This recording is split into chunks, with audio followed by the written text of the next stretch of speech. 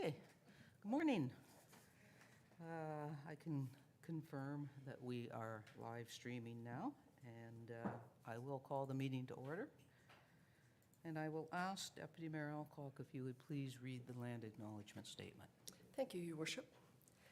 I would like to respectfully acknowledge that we are on the traditional territory of the Anishinaabe under the terms of the Robinson-Huron Treaty No. 61 of 1850 and the Williams Treaties of 1923. We commit to acknowledge, learn, educate, create opportunity, honor sacred places, and take actions toward real truth and reconciliation in support of our commitment to walking the path together in respect, peace, and harmony for future generations. Miigwech. And I am going to try to recall what I didn't probably state correctly on Monday night, that this is National Truth and Reconciliation Week, and Friday we are having an event that would commemorate the residential schools and sort of enforce our commitment to truth and reconciliation. And that event will start at the High Street parking lot at 1 o'clock, and there will be a bit of a march down Main Street. We will stop at our commitment rock out front, and then we will proceed to Rivermill Park, where our staff have organized a program. Joyce Jonathan Crone from the Mohawks will be there to lead us through the event, and we have some youth speakers this year that I think will be really interesting. So I encourage everybody who's free on Friday at 1 o'clock to come out for the event. I think it will be special, so thanks for that. I have a resolution moved by Councillor Schumacher and seconded by Councillor Withey. It is recommended that the General Committee meeting agenda dated Wednesday, September 28, 2022 be adopted as printed and circulated. All in favor? And that carries. Are there any disclosures of pecuniary interest? Seeing none. We have no invited or ceremonial presentations, but we do have a deputation. And I'd like to welcome Angel Ben to come down, and she wants to speak to us about our downtown Huntsville accessible parking and traffic flow.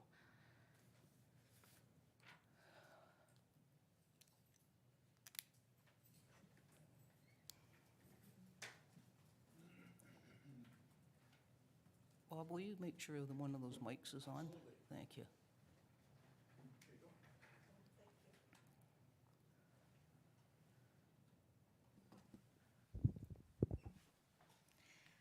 Bring that nice and close so that the whole world can hear you this morning, and welcome. Madam Mayor and councillors and staff, thank you so much for allowing me to come today. This has been something that's been on my mind and the mind of many, many seniors in our town, and that's the accessible parking. Anybody with a disability, anybody that's really old like me, there's only 6 handicap parking spots between the bridge and Lorne Street. That is not nearly enough. Summertime was a write-off, of course, because we have so many tourists and the spots are always taken. Maybe not as bad into the winter time, but the problem is that if we can't get close to anything, we can't shop. And the seniors of this community, I would have to say 75% of them are old-time local people. And they don't want to necessarily go to a big box store to buy anything. They want to stay in town. They just can't. So they're going out of town and spending their money elsewhere. Yes, there are parking spots behind most of these businesses, but we can't get up the stairs. Or as I was saying to Dan this morning, even like IDA pharmacy, they do have a back door and it's only up 1 step to get in the door. Then it's 7 steps to get into the building. That's not accessible.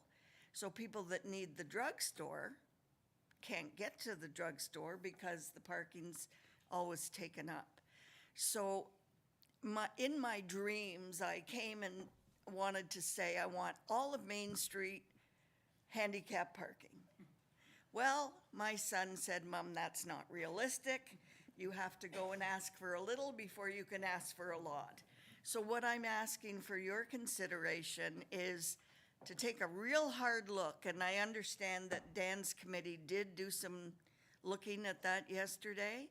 Take a real hard look at what's going on with our parking situation and change it, please, and thank you. I think that's about all I have to say, other than noticing through, of course, our big tourist season, that the traffic lights and the flow of our traffic through town is terrible. And you never hear a horn beep except in the summertime, you know? So the crossing walk that you put in with all the flashing lights, I checked these things out. Not many people are using that. They're crossing in the middle of the road. So I feel that maybe a stoplight would have been better, but that's just my opinion. So I'm asking for your consideration on the handicap parking situation. And I was going to wait until after the council and everything changed. And then I thought, no, because you guys can get the ball rolling and the next people can take over and run with it. And if I have to come back with a petition, I will. Okay. I'm not easily defeated, so. Don't go away just yet, because I think we'll have some questions. Okay. Okay, and I'm going to start with Councillor Weeb. Thank you, Your Worship. Through you, thanks for coming. One question is, when you say that all the spots are taken, they're taken by people that have accessible tags, or are they just taken? They're just taken. So I'm that's not a talking- bylaw question that we need. No, I'm not talking about the handicap spots are taken. Yep. I'm talking about the parking itself, because there's so few spots that we can't get close to what we want to get close to. Right. So if you took the able-bodied spots away, some of them, half of them or more, then people could shop and the able-bodied people can park around the back or on the next back street or behind here and walk around the corner quite capably. Right. And trust me, if I was able to do that wouldn't bother me in the least. Right. And I don't think people will object terribly if it was to happen. But just to be clear, any of the accessible spots we have, you don't notice that they're ever taken by non-accessible vehicles? I've noticed once in a while, but not very Not very often. often. People Okay. are pretty good that way. Okay, Yeah, thanks for that. okay. Councillor Armour? Thank you, Your Worship. Through you, thanks for coming today. And as we spoke earlier, we did talk about relocating some of the spots currently, so give more access to different parts of town.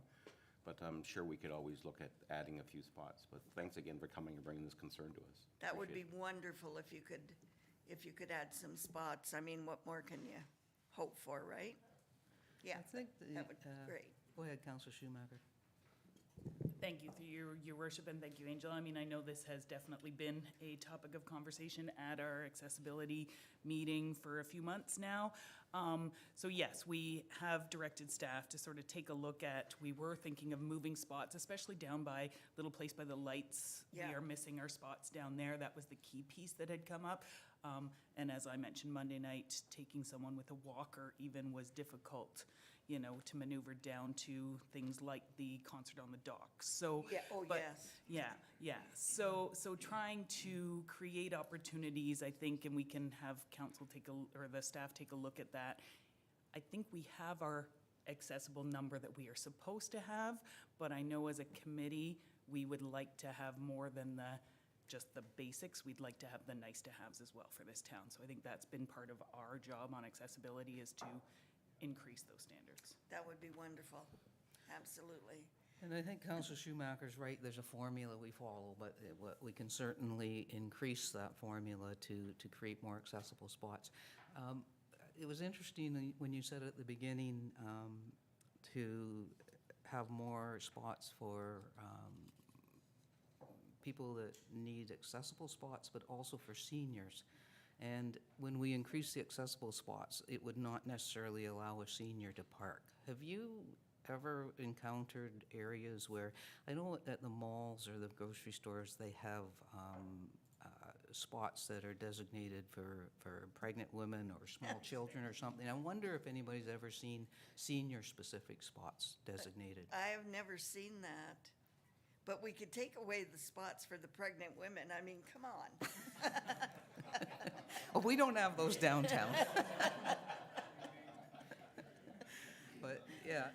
Yeah, no, I haven't seen them specifically for seniors, but that's a good thought. It's a very good thought. Okay. Yeah. I want to thank you for coming, and it's already on the Accessibility Committee's radar, which is good. And, Yeah, and so that's wonderful. maybe increasing the numbers and maybe the locations we look at to make sure that they're Perfect. spread out properly. Thank you so much. Thank you for coming. I wish you had told me about the color code today. I would have dressed accordingly. Thanks for hearing me out. Have a wonderful day. Thank you. Okay. Okay, and that brings us to our corporate services section, and I will turn the chair over to Councillor Withy. Thank you, Your Worship, and good morning, everyone. We are into the corporate services section of this meeting. We have a number of reports. First up, 6.1.1, Riva Frame, and there's a motion I will read. It is recommended the committee direct staff to prepare the draft 2023 town consolidated budget with a tax-supported operating and capital net tax rate increase range between 5.4% and 10.8% over the prior year in accordance with the town's budget and financial controls policy, budget and financial -21 in brackets. Riva, good morning. Good morning, and thank you, Chair Withy. So it's that time of year again. The Budget Guidelines Report is brought forward every year, really to provide an overview of the budget process and to provide direction to staff with respect to development of the upcoming year's budget. So the budget process over the past few years, although made challenging by the pandemic, has actually run quite smoothly. As a result, staff are proposing that the process remain very similar to the past few years. So I just wanted to highlight a couple of the key components of our process. So one of them is presenting smaller parts of the budget separately. So these parts include the staffing proposal, the capital budget, and then the full consolidated budget. And that allows staff to present and council to see smaller components of the budget so we can really focus in on what we're looking at. Another component is having more informal budget meetings between staff and the chair and vice chair of the divisional committees. So this process really allowed councillors to review the preliminary budget information and ask questions in advance, so they really had a better understanding of each of their divisional budgets. Another key component is specific issue identifications, where members of council were asked to provide the finance team with specific issues they'd like to see addressed in the budget. So this provides staff with an even clearer direction related to the development of the budget. So in the past, there's one other piece I wanted to chat about, is a formal question period. So that allows members of council to ask questions, and then the answers would be provided in a presentation to committee in a public forum. So as a result of the election, staff are anticipating that this is going to be a more widely used step in the process as any new council members become more familiar with the budget process. So in the past, the Budget Guidelines Report also provided timelines for the preparation and the presentation of the budget. The Budget Working Group has developed timelines for the preparation of the budget, which are consistent with last year, and they're actually already well underway. But because of the election, and the unknown committee structure at this point, the presentation aspects of the timeline are still to be determined. So we haven't included the timelines in the report. Another key component of this report is identifying some factors that are going to affect the upcoming budget. So things like utility rates, fuel prices, consumer price index, the construction price index, insurance premium, legislated payroll changes. Those are all things that are outside of staff's control, but that do impact the costs of the services that we provide. Another kind of aspect of the report that I wanted to touch on was 3 specific payroll items that we are anticipating to affect the draft budget in 2023. The first being the new eligibility for the OMERS plan effective January 1st of 2023. So now non-full-time employees are eligible to join the OMERS pension plan. So as a result of that, any part-time, seasonal, or contract employees who are likely to opt into the program, we're anticipating to include those OMERS costs in the draft budget. Also, in accordance with the council-approved salary administration policy, inflation is to be applied annually in January based on the previous July CPI trim. So July 2022 CPI trim was 5.4%.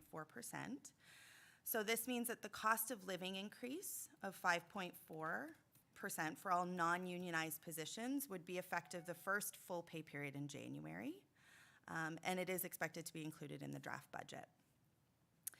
So lastly, with the payroll changes is the union collective agreement expires on March 31st of 2023. So at this point, we're not quite sure what the magnitude of any changes are going to be, but a report will be brought forward to council regarding this prior to negotiating a settlement with the union. Another key contributing factor to the budget is obviously the impact assessment. So I know it's been several years since MPAC has released an updated assessment data. So it is expected to be released in 2023. So that means that the increased assessment base will be for the 2024 budget. Essentially, the assessment base is going to remain the same in 2023 as it was in 22, with the exception of any growth or write-offs. At this point, we did look at an initial assessment of the growth for 2023, and it's looking to be approximately 1.5% growth at this point. So based on the council-approved budget and financial controls policy, the tax rate increase can be between July CPI trim and 2 times that amount. So as I mentioned a minute ago, July CPI trim was 5.4%. So that means that based on the approved policy, the tax rate increase for 2023 can be between 5.4 and 10.8%, which is what was brought forward in the report. So based on that initial assessment growth for 23 that I mentioned, the 1.5%, this would equate to a net levy increase of between 1.2 and 2.2 million in 2023. So I think it's important to note that included in that range is also the increase in capital. So every year we go through a detailed analysis of the departmental capital needs, and we reevaluate on an annual basis. So based on our evaluation last year, our analysis last year, our anticipated increase for 23 is $613,000. Once we do a more detailed analysis of all of the 2023 capital plans, that number might fluctuate a little bit. I'm not expecting it to fluctuate a huge amount. So I did want to note a few kind of important things is that these guidelines are really, it's a guideline in the development of the draft budget. So it's not necessarily the final tax rate increase, but is really just providing staff with an acceptable range to work towards.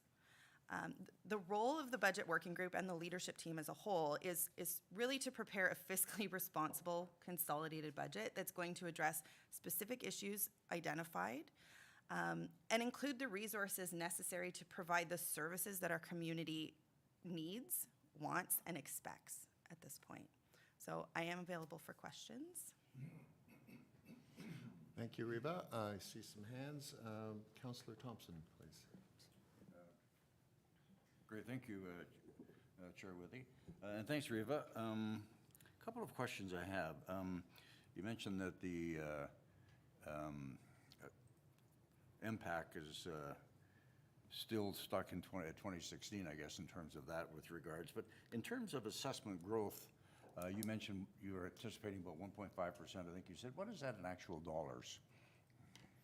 I'm glad you asked, through you, Chair Withy. So that's about $67 million in assessment. So that's obviously not the tax dollars. So I can definitely look up that number, what it equate to in tax dollars. Okay. I can get back to you on that one. Okay, thanks. The other thing, if I might, Mr. Chair, is you mentioned capital.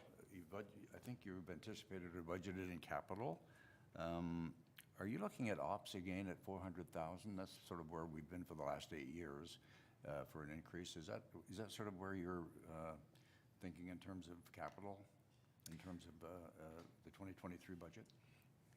Through you, Chair Withy, that's something that we're definitely going to discuss during our capital budget discussions, and we're just starting that process right now. So we will be bringing forward a capital budget report, likely in the new year with the new council. But that's definitely something that we're going to chat about and talk about, you know, what is it? Really, we look at the departmental needs and not just the needs this year, but over a span of time, right? So that's definitely something that we're going to chat about. Thanks. Councillor Stone? Thanks. Looking at this, 10.8%, that is absurd.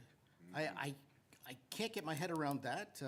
You say that you're looking for direction so that you can have an acceptable range to work towards. Well, 10.8 is totally unbelievable. The public's not a money tree we can just pluck for what we want.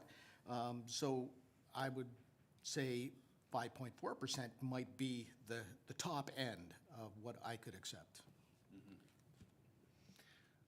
I would just point out that this is early draft stages, so there's lots of discussion that will carry on from here. But anyways, Councillor Alcock, please. Sorry, Deputy Mayor Alcock. Thank you, Chair Withy. I guess my question, Reba, is more on the process, and you've identified it, but I just want a little further clarification.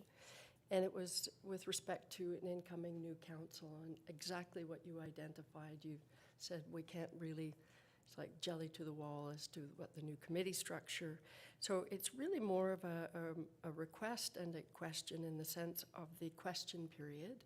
And I think you're absolutely right. I think that will figure prominently, whatever type of committee structure we have. And so I was thinking, where might you see that question period in the process? I would have thought that it'd be right up front and center. You just made reference to it's likely we'll bring a capital report early in the new term. And to me, I think my request would be whatever the council looks like, because it's a minimum for new councillors, that everything is front-end loaded, that there's a lot of walking through what the budget process is, what it looks like, all of the reports that are related to it. And I know you're nodding and saying, of course, that we're going to do that. But it's really a plug to do that, to say, you guys tried. It was a good system, as you said in the report. It was transparent last time, but you know, most of us had been through the process. So I think it's really circling back, and it's such an important part of what we do. So. Thank you.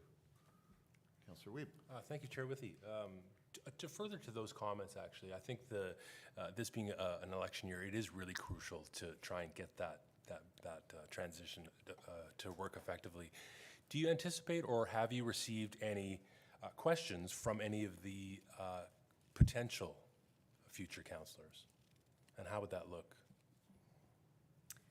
Through you, Chair Withy. So I don't know if Julia can speak more to this, but I personally haven't received any specific questions with respect to the upcoming budget process or what we're budgeting for.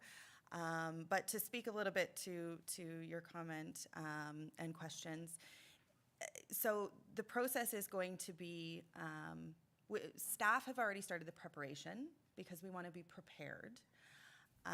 But in terms of the presentations with council and really the consultation with council, we are planning on having training sessions with respect to the budget and really an education session on what exactly it is you're looking at and how to read a budget and what it means.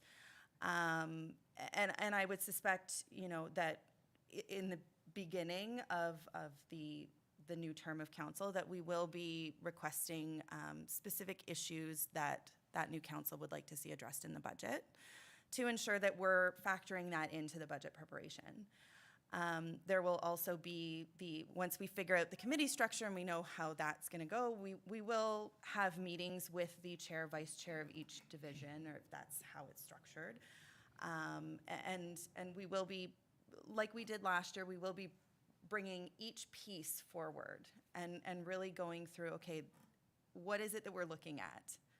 And really outlining every piece of it and slowing down not slowing down the process, but, trying to be as clear and open as possible so that everybody understands regardless of their background or, if they've been involved in the budget process before or not.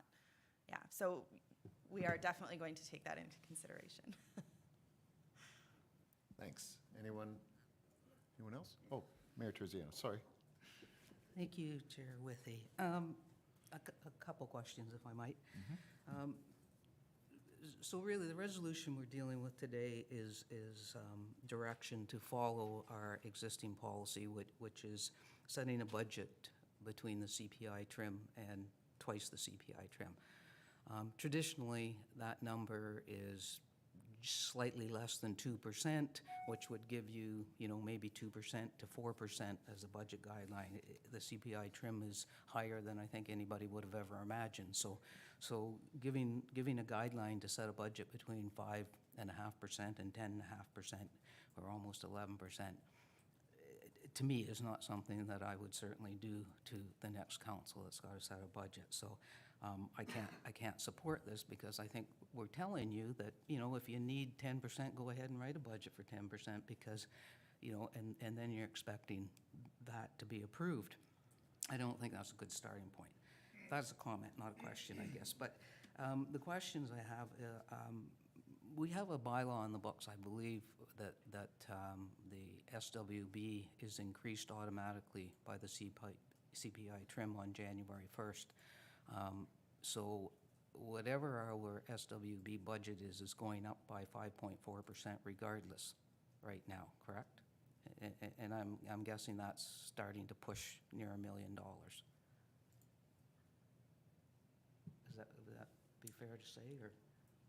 So through you, Chair Withy, I don't have that exact number at this point, but I can certainly find out what that is. Okay, so I mean, that's quite impactful to start with. Yes. Further to Councillor Thompson's question about increasing the Public Works budget by $400,000, if memory serves me correctly, we have a resolution on the books to increase it by $400,000 during this term of council, that is not an automatic going forward into the next council. So in effect, that would give you $400,000 to work with that has not been committed but is in the current budget. Is that fair to say? So through you, Chair Withy, so I have to look into it, but I believe that $613,000 really is based on departmental needs and didn't really factor in the $400,000 lump sum that was in addition. Because we really do need to look at, and I know I've said this to this group quite a few times, the funding gap with our capital, and that's something that will be brought forward with the capital budget presentation. So it's not just an automatic lump sum of $400,000 that would be levied for specifically for operations capital. But we are going to do an analysis of the specific needs of the department, and so I do believe the $613,000 increase is likely around where we'll end up for the capital increase. I guess my question then is, does the $600,000 capital contribution annually include the 400,000, or is the 400,000 in addition to that? So through you, Chair Withy, it's not like there's a $400,000 lump sum in there, but that would include any increase to operations. But there is a council resolution for a $400,000 contribution to roads specific for the term of council. And that's my question. Is that going to be in the 2023 budget? Because there's no resolution, I don't believe, for that. Maybe Julia has more history. So I do believe that the 400 was done at the end of '22, and that was our understanding. However, with our capital plan, our asset management plan, we have recognized that there is a funding gap of about 12 million that we've brought forward on a few occasions. So not just and most of it is in transportation. So we need to look at increasing the amount that we're putting aside for capital each year. So we're kind of done with that 400, but there is a lump sum that is in there for each of the capital plans, including roads. And the roads one would be in excess of the 400. That we would keep recommending that we're increasing annually to make sure that we're addressing that gap. Yeah, and I guess the difference is the amount of money that we're putting away to build our capital asset plans versus the 400,000, which was a specific goal to get our roads budget to $4.5 million. And so if that goal, we've achieved that goal, and so if that's ended, then that number should come out of the budget until council gives a new direction. Is that fair to say? So if I may, I think the direction will come when we bring forward the capital plans, and we'll present all of the funding that we're recommending for each of the asset management plans for each type of asset. So there's roads, parks, cemeteries, all that. And then that would be when I think council would make that decision about whether they want to continue on that path or if they wanted to draw that back. Okay. Okay? Thanks. Okay. Counselor Fitzgerald, please. Thank you, Chair Withy. I was just making you aware that the treasurer wanted to make some comments, and she didn't get your attention, but I think she said what she wanted to say. So I did have a question for our treasurer, though, about one of her previous comments. The $12 million funding gap is in capital reserves. That's what you're referring to? So when we look at what assets that we currently have and what the annual requirement would be to replace them when they need to be replaced is about 17 million. And I think I don't have the number for 21 or 22, but it's around 5 million that we've put aside annually. So that's where the difference comes from. So the amount that we should be putting aside every year, and I should say that Huntsville's doing a great job at this. We're getting there slowly but surely, but there is a gap there. So I think we have to continue on the path to slowly increase that amount so that we don't get behind in our funding. Just a follow-up. And that's the province that legislates how municipalities save their capital reserves? So through you, they don't legislate how we're going to do it, but they legislate that we do have a plan in place to address our existing infrastructure. One more follow. So at some point, the province may tell all the municipalities that it's time to straighten up and get these reserves fluffed up a little bit more and more substantial? I'm not sure what the province will do, but I do know that we were required to have our asset management plan done originally in 2020, and then I believe they extended that to July 22, but we actually had ours done back in 2019, I think, or 2020. But we do, in our policy, we do have to do another update to that, so we will have to do that. And it does have to be presented to the province, so I think the province is not quite there yet. Thank you. Counselor Thompson? Yes, thanks again, Chair Withy.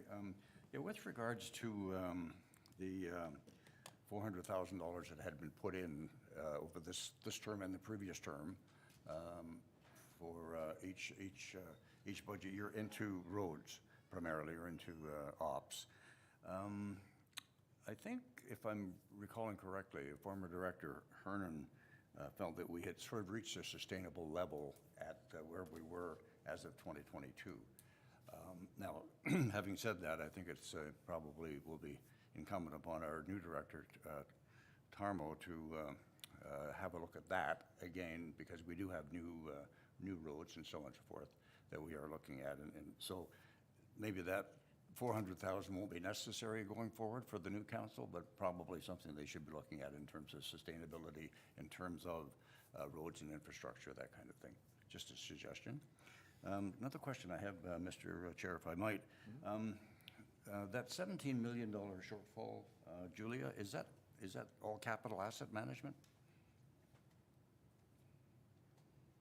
Yeah, so that would be our existing infrastructure with parks, cemeteries, MHP, theater, fleet, facilities, transportation, all those things. 17 million.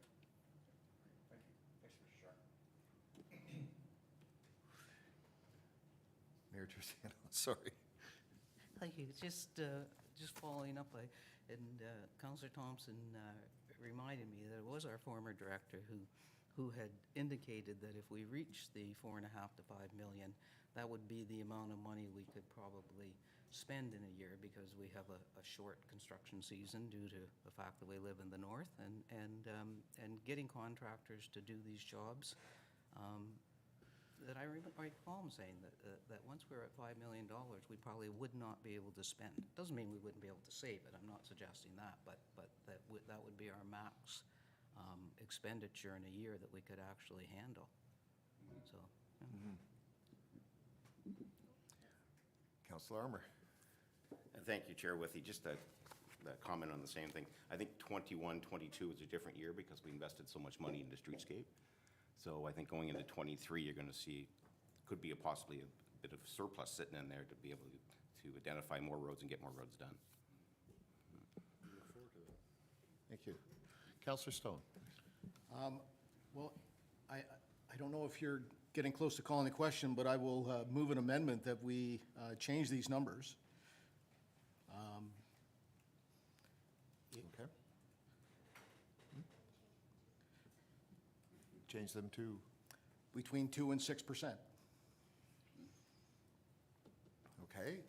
Councillor Stone has moved that. Do we have a seconder? Mayor Terziano? So the first motion was moved by Councillor Armour and seconded by Councillor Schumacher. Crystal will tell me what happens next. You're sure. Yep.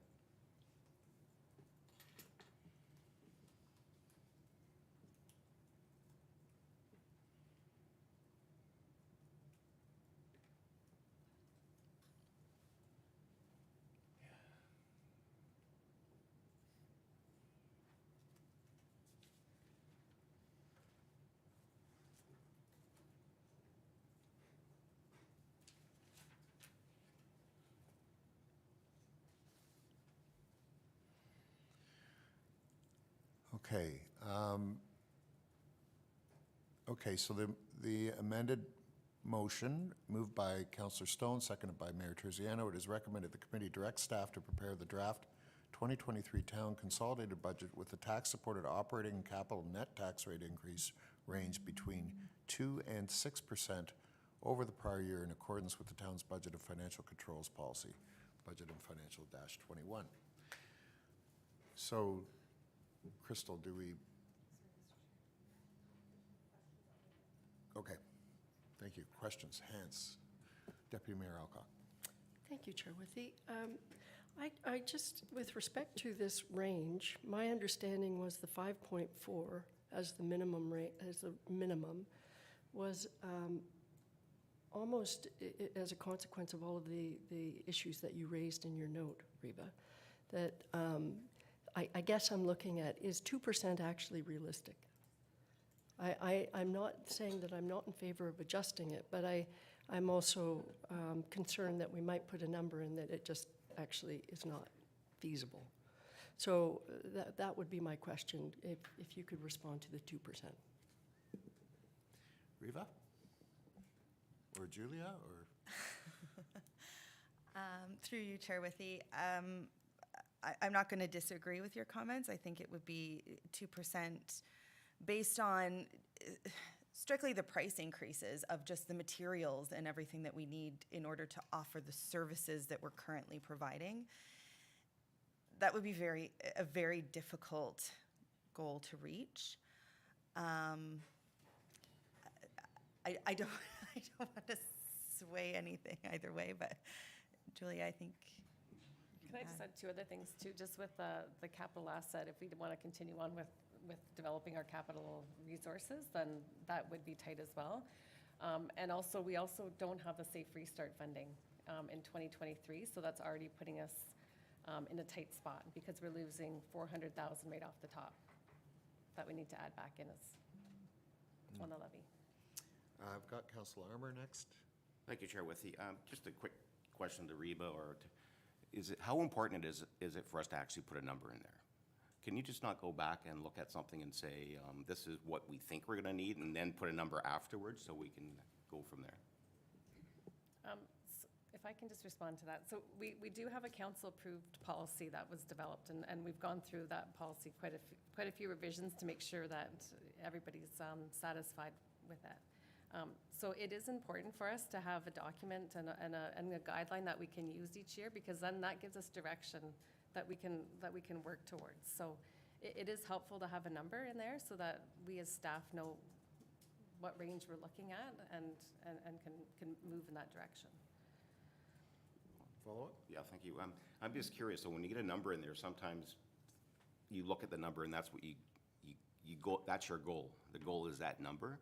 So that's why I've asked the question, do you actually need a goal, or do you just need a reliable budget number? So through you, Chair Withey, I think that's the perception, is that we have a number and that's what we're working towards. And ultimately, it's staff's responsibility to create a budget to provide the services that we need to provide to the community with the resources that we need. So we are going to put our best foot forward. And ultimately, we want to try and reduce costs where we can. We don't want that number to be huge. We want that number to be as fiscally responsible as possible. So, I'm a taxpayer. I don't want the tax rate to go up, right? And most of our staff are. So we do look at it and try and reduce costs where we can and still provide the services that we need to provide.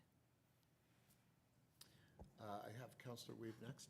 Oh, thank you, Chair Withey. I was just going to make a comment, and that was that I recall working on the policy and coming to a compromise and thinking this was our best option. What we don't like is that the economy, the numbers in the economy don't really agree with us. I mean, it's not very convenient to have a 7% inflation rate, but that's what's happening.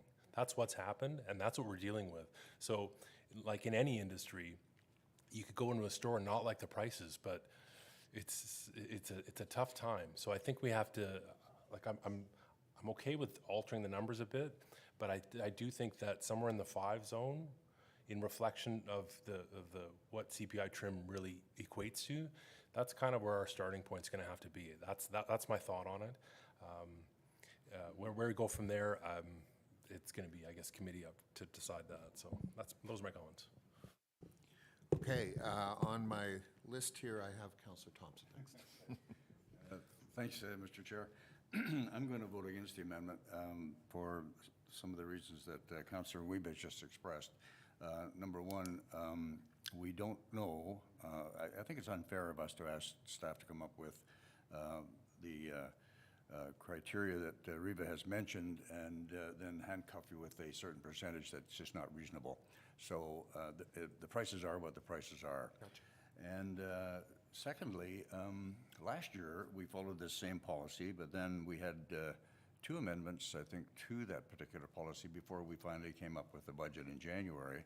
And so this is still available to this council or the next council as well to, adjust those figures as they go along.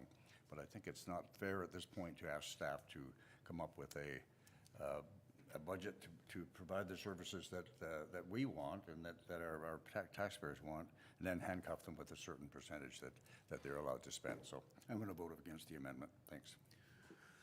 Okay, I have Mayor Terzariano next. Thank you, Chair. I mean, I would have been happy for it to be between 4% and 6% or whatever. The bottom number doesn't mean anything. It doesn't matter what you put down there. The thing is what we're actually saying to staff is that we don't want to see you come back with something over 6%. And at the end of the day, with the inflation the way it is and the CPI trim at 5.4, that's more likely what they're going to come back. I don't even think that we needed to have a between, just because our policy has it now. We needed to say, and you know, maybe realistically, 4 and 6 would be better numbers. Maybe they'd be easier numbers to live by. But at the end of the day, the 6% is the number that staff is going to realize council would like them to come back at that or under. Next, I have Councillor Schumacher. Thank you, through you, Chair Withy. Yeah, I guess, yeah, nobody wants to swallow 10 to 11%, but again, and I'm the newest member here at this table, I don't ever see us coming back at that full amount. As Riva has indicated, they're not going to do that, but I guess I understand we do have to give a number. So yeah, what can we swallow? I don't know, top end 7%, because as Councillor Weave indicated, we are dealing with an inflation that, whether we like it or not, it is difficult, and we do have to task staff to work within that. Hopefully prices go down, as some are indicating. Hopefully things will change, but I think the direction, yeah, maybe is the 7%. Is that the top? Do we go between 5 and 7, if that's the amendment? Thank you. I would just point out that you are an important seasoned member of this council. You are no longer the rookie. No, you can't. Okay, Deputy Mayor Alcock, please. Thank you, Chair Withy. I was just going to, it was good hearing all of the input on this, because that's what I was thinking. I wouldn't be able to support the amendment, Councillor Stone, only because I think having that minimum is just, in my mind, it's not realistic. So for a number of the reasons that we talked about. Having said that, I absolutely understand the issue of, you set a target of 10.8, and while I completely have faith in the work of our staff, and that you're not, coming back with that as your target, I think you're right, Councillor Stone, that's not always what people see. They see that number and they think that's what we're accepting. So I would absolutely support either just having one number, a target of somewhere between 6 and 7, 6.5, 6.5, and removing that minimum. I know that's how we're supposed to do it, but that would work for me, and I think that's what I heard our mayor suggest. Thank you. Councillor Fitzgerald, please. Thank you, Chair Withy. I appreciate everyone's comments and input on this. We made the policy, and I think we were all happy with the policy, and we made some final tweaks to the policy, and I think we should entrust staff, as Riva has commented, that their objective is to come in with the most fiscally responsible budget possible. Historically, we asked them to do this, and we have asked them to do this, and I sometimes feel that we're asking them to make decisions that maybe are council decisions. So they present a budget to us, and it takes us a long time to change that budget. So I think we're putting staff in a difficult spot to come up with this budget when it's a council-based decision rather than a staff-based decision. Present the numbers as requested in the policy. So I think we all agreed on that, and I still agree, so I won't support the amendment. Thank you. Mayor Terziano? Thanks, Mr. Chair. I just think that before we vote on this at all, whether it's the amendment or what's before us in the motion, is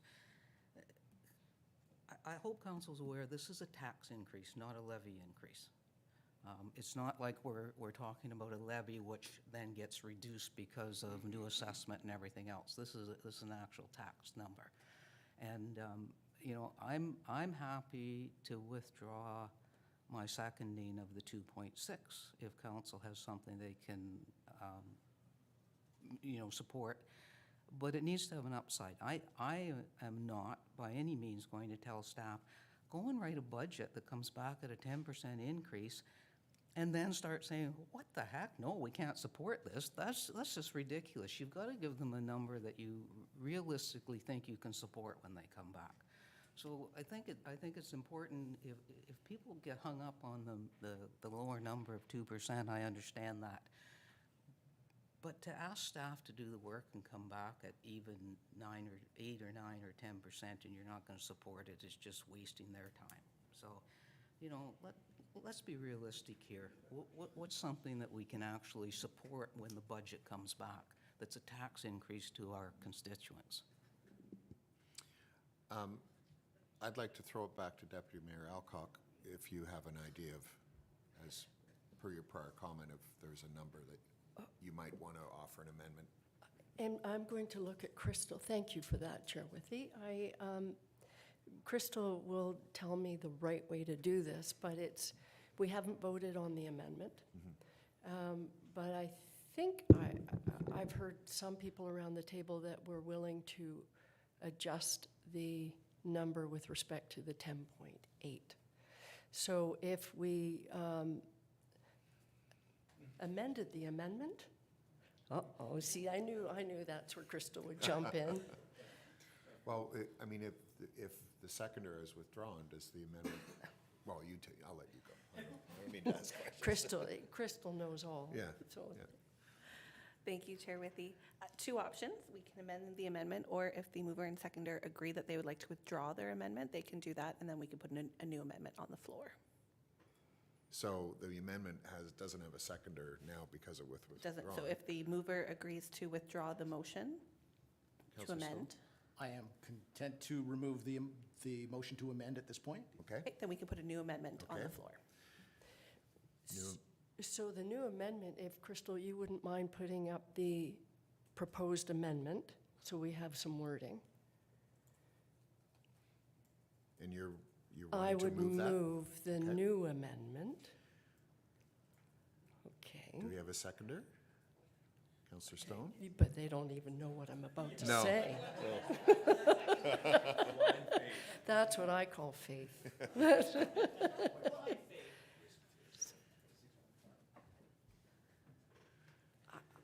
Okay, so net rate increase range between, I would say, 5.4 and 6.5. You'll second that?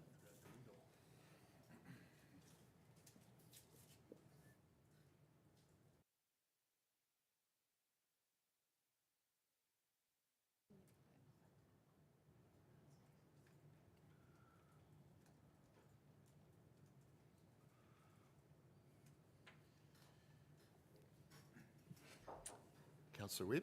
Thank you, Chair Withy. So, Reva, this question is, knowing what we know now, going into this budget season, are we confident, is staff confident that at 5.4%, we could have a status quo budget?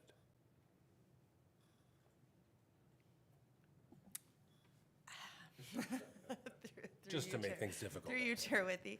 I can't exactly answer that with any sort of confidence at this point. It's going to be difficult, very difficult to do, strictly based on fuel prices as opposed to what we were looking at last year during the budget, and construction price indexes, and the legislated payroll stuff, and the OMERS, and the, adding, or not having that safe restart funding of $400,000, and we have a Lakeland dividend to add back of $100,000. And there's a lot of little things that I'm not super confident that it's not going to be an easy task to do at 6.5. So to follow up, and the impact lag is And not the helpful. impact lag, we're not getting that And off the- large assessment bump Right. for the 23 budget. So, Okay, so just to clarify, so the early sort of back of the napkin math says that as it stands at 5.4, there's likely a new council to likely make some small service reductions. That's kind of the early assessment. Okay, just wanted to put that out It's there. kind of hard to predict, but anyway, It's very difficult to give a concrete answer on that at this point. so, It'll be difficult, so is what I let's, can say. let's move forward to vote on the amendment. Crystal, that's the procedure? Okay. So I've read the amendment. Can you pull it up again, please, if people want to?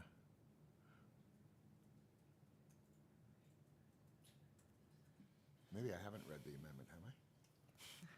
I haven't. I better read the amendment.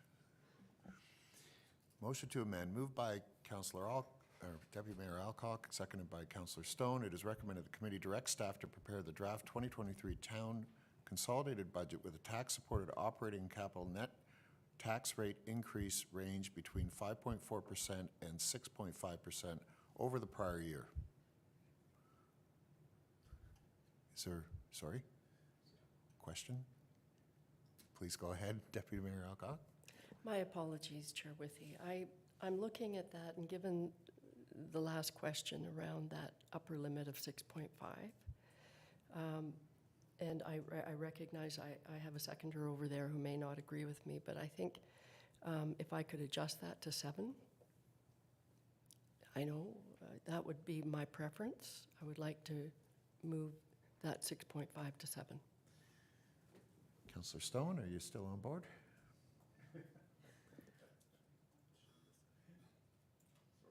Reluctantly.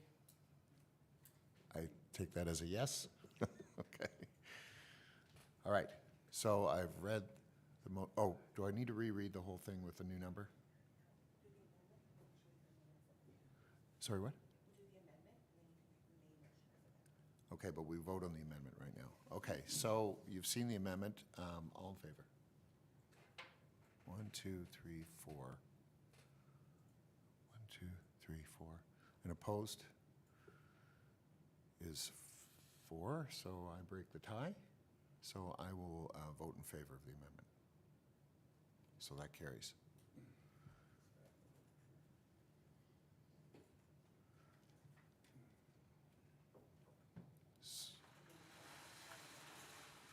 So do I read the main one again?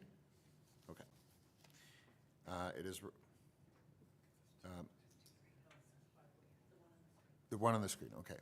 Main motion is amended, moved by Deputy Mayor Alcock, seconded by Councillor Stone. It is recommended that committee direct staff to prepare the draft 2023 town consolidated budget with a tax-supported operating and capital net tax rate increase range between 5.4% and 7% over the prior year. I don't know if I want to ask for more discussion, but anyways, I'll ask the question. All those in favor? So that carries. Thank you. Are we getting more paperwork, different paperwork? Okay, great. Okay, thank you, everybody. Moving on to 6.1.2, report number Corp 2022-78, the 2022 Q2 forecast. And there is a motion moved by Councillor Armour, seconded by Councillor Schumacher. It is recommended the committee approve the 2022 Q2 budget deviations as outlined in Appendix B of Report Corp 2022-78. Reva, please. You're stuck with me for a little while longer. So first of all, I wanted to note a couple of things with respect to the forecast. So the 2022 June year-to-date actuals column in Appendix A of the report only represents actuals to the end of June of 2022. And this forecast was prepared by staff in late August of this year. So the forecast, which is included in Appendix A of the report, shows an estimated operating surplus of about $75,000 at this point at the end of June. Appendix C of the report is a summary of the Q2 forecasted capital project spending. And that's indicating that there's just over $100,000 less spending expected to occur than was originally budgeted. So this doesn't have a 2022 net levy impact. It just means that those funds stay in the reserves, the capital reserves. So the reduction in anticipated spending is a result of a number of specific projects, which are detailed in the staff report. The main savings in spending in '22 is the deferral of the Civic Center front steps. So that deferral is about $296,000. And then there was a few other projects specifically detailed in the reports, and if there's any specific questions about those, I'm happy to answer them. So a summary of the budget deviations is included in the forecast, has been provided in Appendix B. So these show the forecasted deviations from the originally approved 2022 budget. So I'm not going to go into specific detail on the appendix, but I did want to mention a few things about the appendix. Excuse me. So the leftmost column, the date of reporting, shows the date the deviation was either previously approved or shows today's date, which are the ones that are requested to be approved today. So several of the deviations have already been approved through specific reports to council already in 2022. For example, there are 3 deviations closer to the top of the appendix, specifically related to a grant, costs, and reserve funding for the electronic records management modernization project, and that was brought forward in a separate report in February of this year. So there are a few high-level items that I'd like to point out with respect to the forecast. So staff vacancies throughout the year, and this includes part-time hours that weren't able to be filled. There was savings of about $390,000, or forecasted by the end of Q2 of about $390,000. So these SWB reductions meant that staff resources have not been available in many areas to tackle those operational projects or tasks that needed to get done. So it's just the positions were vacant. As reported earlier in the year, fuel costs have increased in the forecast by roughly $83,000 organizationally, which was included in a range in a report earlier this year. And that's really just a result of increased fuel prices for a significant portion of 2022. Another notable update in the forecast is a significant reduction in tax penalty revenues of about $162,000. So although this is a reduction in revenues, it's actually a good news story. So the reduction in penalty revenues means that the unpaid, or the balance of unpaid taxes is reducing significantly. So essentially, this means that taxpayers are paying off their taxes sooner or more regularly. And property tax staff really have been actively working with our taxpayers to get those balances paid up or get onto regular payment plans to help reduce that balance. So it just means that we're charging our taxpayers less penalties and interest, which is great. So that's really everything I had to say about the forecast. I am available for questions. Any questions? Mayor Triziano?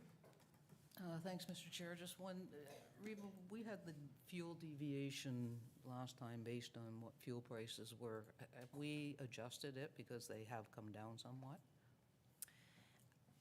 Yeah, through you, Chair Withy. So we originally, when we did the fuel deviation, there was a range of up to about 162,000, I think it was. So we did look at that when we were going through the forecast, and so prices have come down, but we did need to increase the forecast based on what we've actually spent to date, right? So we did look at, okay, what have we spent to date, and what are we expecting to spend for the rest of the year at the current fuel prices as they are? So that's what the $83,000 is reflective of that. We didn't assume that they're going to stay elevated for the rest of the year. But so the deviation last time around of 162 still stands? No, so that's been reduced to about Okay. 83 Okay. right now. Yeah, and we will revisit that in our Q3 forecast later this year. Yeah. Great. Any further questions? Councillor Thompson? Yeah, just thanks, Mr. Chair. Just a question with regards to the in development services building permit revenues. We looked at an increase of $110,000 over budget. That was for that quarter. Do we have any sense of where things are going to be for the third quarter with regards to that? Because we know there's been a change in real estate and so on and so forth. And any anticipation on that, Reva? You know? through you, Chair Withey. I can't really speak to that. I'm sure Kirsten will probably have maybe a comment. But I can say so that the anticipated revenue, that increase of $110,000, that's what we're expecting for the rest of the year. That's not just up to that quarter. That it's a forecast of what revenue are we going to bring in for the year. Thank you. Yeah. Okay. Anybody else? Seeing none, I'll call the question. All in favor? That's carried. Thank you. All right, next, 6.1.3, Denise and Riva. This is for information only, the 2022 organizational business plan update. Riva. And you're stuck with me again. So I just wanted to mention a few things about this report. So the strategic plan and business plans have evolved fairly significantly since they were first adopted in the fall of 2019. The history and evolution of the documents is all included in the staff report, and also how the organizational business plan sort of came to be. That's all laid out in the background section of the report. I did want to note a few key points that are outlined in the report. So really, this is to provide a progress update on the organizational business plan projects. Since the update provided in September of 2021, there have been no significant changes to the business plan project. So no cancellations, no significant changes in the actual projects themselves. The discussion section of the report identifies the year-over-year comparison of the 55 projects that are included on that business plan. And it does show that the number of projects completed has risen over the last year, which is great. And the number of not started and in-progress projects have decreased. So we're working towards getting those projects done. Appendix A of the report shows the updated business plan, the organizational business plan, and I just wanted to note that any areas that are highlighted in green on that appendix is information that's been updated since the previous update. So most of these are the status of the project or an adjustment in target dates based on, timing of the project. So I am available for questions. Questions? Okay, thank you. You don't, nothing to add? Sorry, yes? Okay, we have someone wanting to speak to this?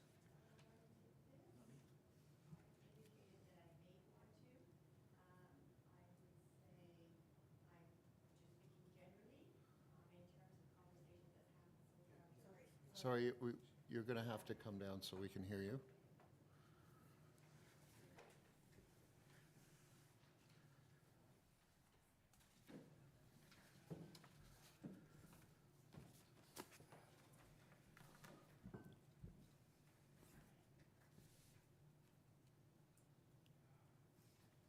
I'll say good morning. My name is Maxine Bastido. I live here in Huntsville on Williamsport Road. I'm happy to be here with you this morning and see the discussion and see it unfolding. I did indicate that I wish to have the opportunity to speak to some aspects. Parts that I've heard already have been reassuring in terms of the conversation and how it's evolving and consideration for the ratepayers and how it affects them. I'll try to stay on topic because I know where we are, but I do have a few things I would have said about what's already gone by, but I'll leave that for now. So in terms of this aspect of it, and I will indicate that I had hoped to speak to council a few days ago at a previous meeting, et cetera, but that didn't work out, and so I went through this to see if there was something I wished to. So I only got the agenda later in the afternoon yesterday, and so I have not had a lot of time to prepare, but I do find it quite of interest and of importance, and I'm certainly glad to see the discussion and what's evolved thus far. This particular part, for my own sake, and I'm sorry if this is not helpful for you, but I did go through aspects of this, and there were parts that I just considered of greater importance, just affordable housing, expansion of broadband, but that not be at the sacrifice of aspects like the environment and,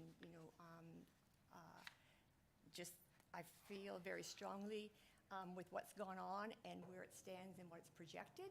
It seems that development will and has made a huge impact on the environment.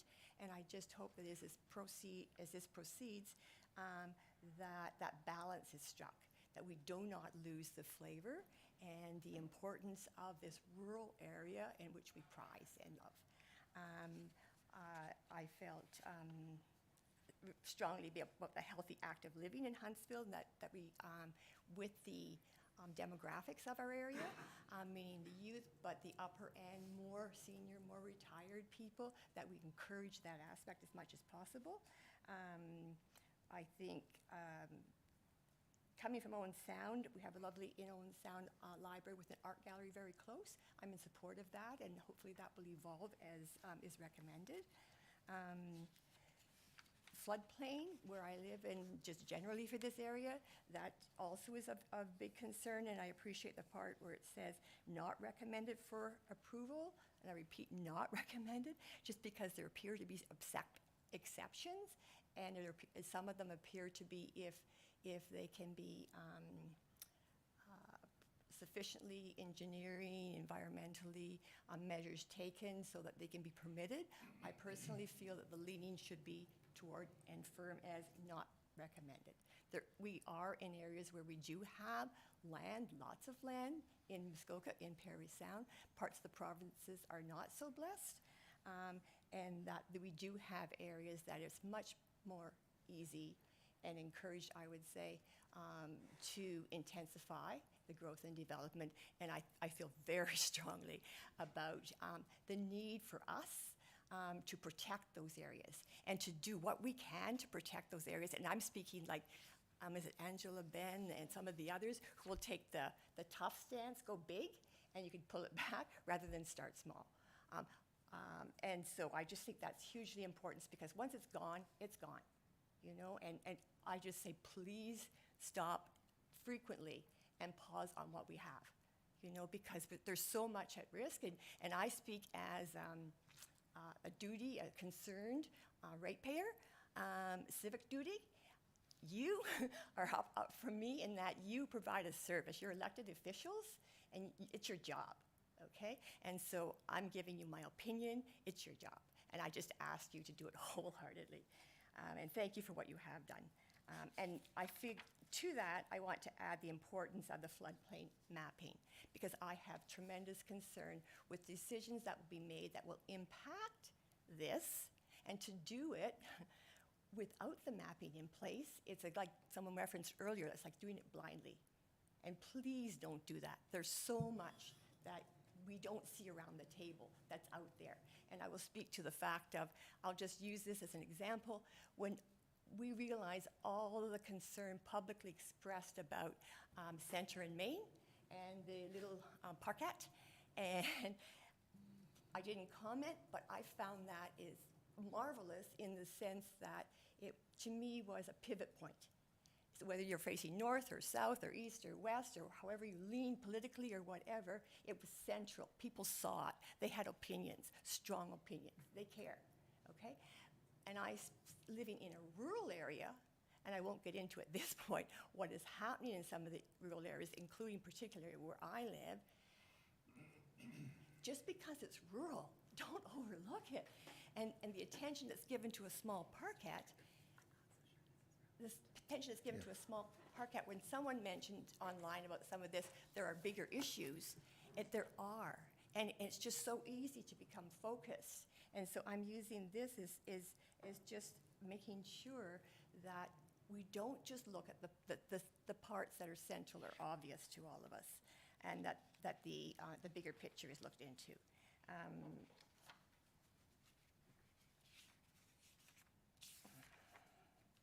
I think we should, I think we can take your comments, and thank you for those. Okay. I think we've got to keep moving through our agenda at this point. So I appreciate your comments, No. and we've certainly heard. Thank you. Deputy Mayor Alcock? Thank you, Chair Withy. I just wanted to thank Maxine for her comments, but in particular, going to the update, I think it was a great update. It was really interesting. But in reference to the floodplain mapping study, and I know that probably our input into that maybe was fairly focused, and we've identified it as being completed. But I'm not, and maybe I'm looking to our Director of Planning and Development Services to respond, because I know at the district it's an ongoing work in progress. In fact, we just received more funding to carry on with our incredible floodplain mapping that's going on. I think I made reference to it at council the other night as to one of the projects and the model that's been created that's all directly related to that. And so I think those comments that you raised, Maxine, are well taken, but rest assured, there's a lot of work going on in one of the committees, in fact, two of the committees that have been created as part of the Integrated Watershed Management Study. And so from when I look at our chart, I think it's, maybe we could adjust the completed, because I think we're still involved, right? All of the municipalities are still working with the district in some fashion or another on specifically floodplain mapping. So just my druthers on that one, I think we need to say, in progress still, unless we're just referring to one slice of it. And maybe I ask the director, maybe you'd like to comment. Thank you, through you, Chair Withy. It's a great comment. Thank you, Councillor Alcock. I think we were thinking that it wasn't a town-initiated project, so that's why we marked it completed. However, it is absolutely ongoing, and we are participating with the district, and every time we get an update, we're implementing whatever we can from it. So, thank you. Okay, thank you. So,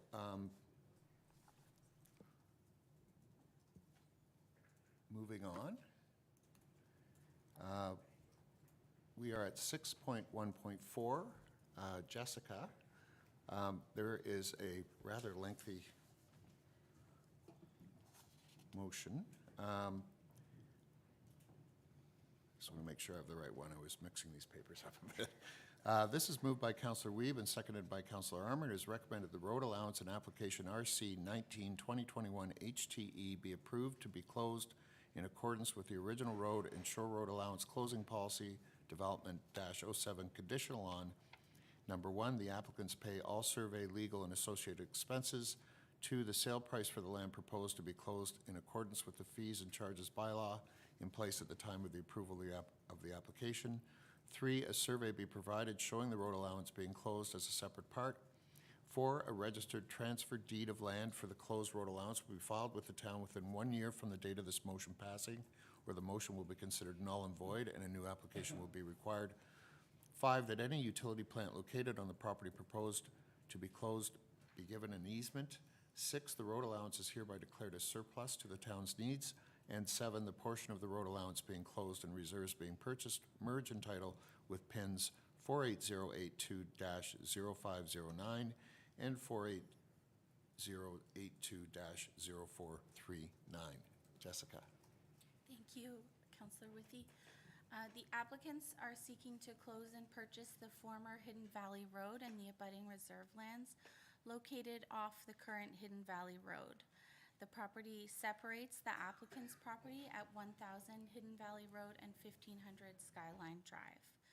The area requested to be purchased is highlighted in green on Schedule A of my report. The closure and purchase would create one parcel of land. Staff initially had some concerns with this closure with respect to its location to an MTO road and the District of Muskoka.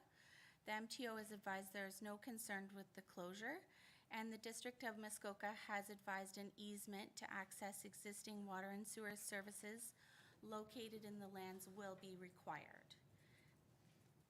The applicants reached out to the only other abutting landowner to the north, who responded by submitting an objection. The objection is regarding the following. It's next to a protected zone. They inquired about purchasing the lot themselves to build on, looking for a preservation of privacy and green space. In response to the objection, the staff notes are as follows. The NR zone pertains to the wetlands and the tributary to the north, which is not related to this area of lands. Road allowances are sold as lot additions to abutting landowners, and the area that the neighbor is abutting is very minimal and would not meet minimum lot requirements for a separate building lot. And the road allowance contains active water and sewer infrastructure, which would limit its building potential, and the specific details will be determined by the District of Muskoka prior to the sale. Staff have no concerns with the closure. However, due to the objection, it is before committee today. Questions? Councillor Weed? Thank you, Chair Withy.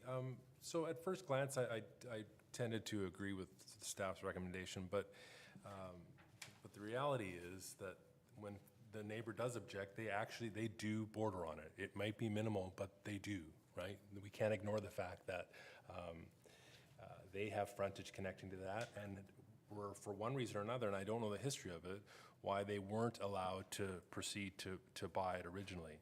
So it's my understanding that they wish to purchase it originally, or did they say they would like to purchase it once the current applicant moved to purchase it? Do you know? They indicated after the current applicant. I will also comment on objections. Yes, they have submitted an objection as the abutting landowner. However, any member of the public can submit an objection. Okay, I'm going to give it some more thought. Thanks. Mayor Terziano? Thank you, Mr. Chair. So just the objection came after the application was filed, and this application was filed actually a second time. It was filed back in 2013, and they just didn't follow through. So there's been many years for somebody else to have applied for it. Is that correct? That's correct. Our staff file doesn't indicate why it wasn't completed previously. Okay, thanks. Councillor Armour? Thank you, through Chair Withy. The water easement, or for the district, that will remain accessible for the district to be able to access their stuff? Through you, Councillor Withy, yes. So as part of all of these processes, everyone, we contact the District of Muskoka and we register the easement prior to transferring the land. So it's all in place before. And so the terms of the easement for access would be set out by the district, not by the town. So it would meet their needs. Councillor Weed? Thanks again, Chair Withy. So in the note, it said that the benefiting lands, but it kind of highlighted both 1,500 and 1,000 as the benefiting land. So do we know how, once post-transaction, will this be sort of split, or what are the actual plans? Are they going to turn 1,000 into a building lot, or do we know? I can't speak to the future building potential, but a condition is that all the pins will merge, so the property will merge into one. Right, okay, and then, all right, I see it. Okay, I'm going to ask the question. All in favor? That's passed, thanks. 6.1.5. Got ahead of myself there. Jessica again.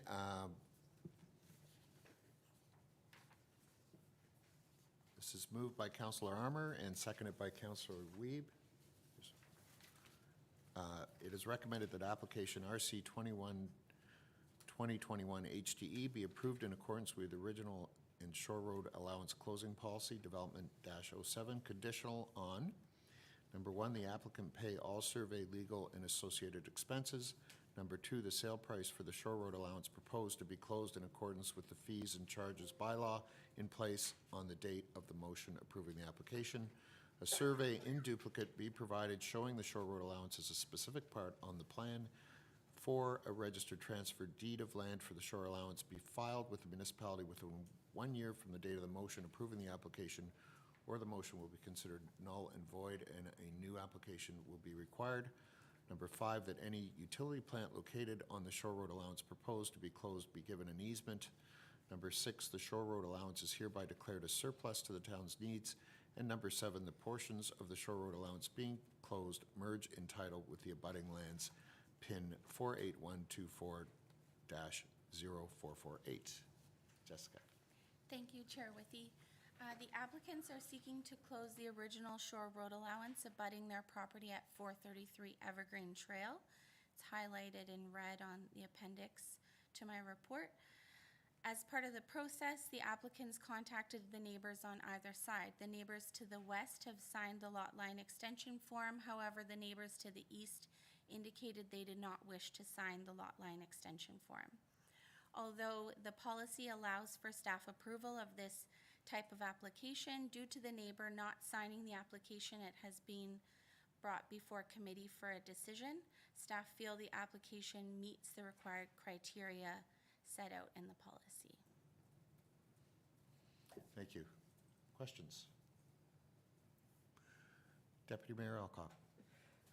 Thank you, Chair Withy, and thanks, Jessica. It's a simple one. I clearly in your note you've mentioned that this is really a private, the dispute is really around private, and I'm the neighbor that's not willing to sign it. Is that the lot owner that had at one point proposed to sever into, I think we approved a severance of a number of properties on the other side? Is that, do you know if that's, it's, and the question's kind of related as to why they wouldn't sign it. I apologize, I don't know the severance or any development applications in place Maybe the on the budding land. the Director of Development Services. I'm just curious why they wouldn't sign it. Through you, Chair Withy, I'm not sure if that's the same property, but I don't think so. And if it's the one that I think you're thinking of, we haven't approved anything still. Yeah. We still haven't, No. okay. So it's just something else. All right, thank you very much. Okay, anything else? Call the question. All in favor? That's carried. Thank you. We are on to Margaret Stead, please. 6.1.6.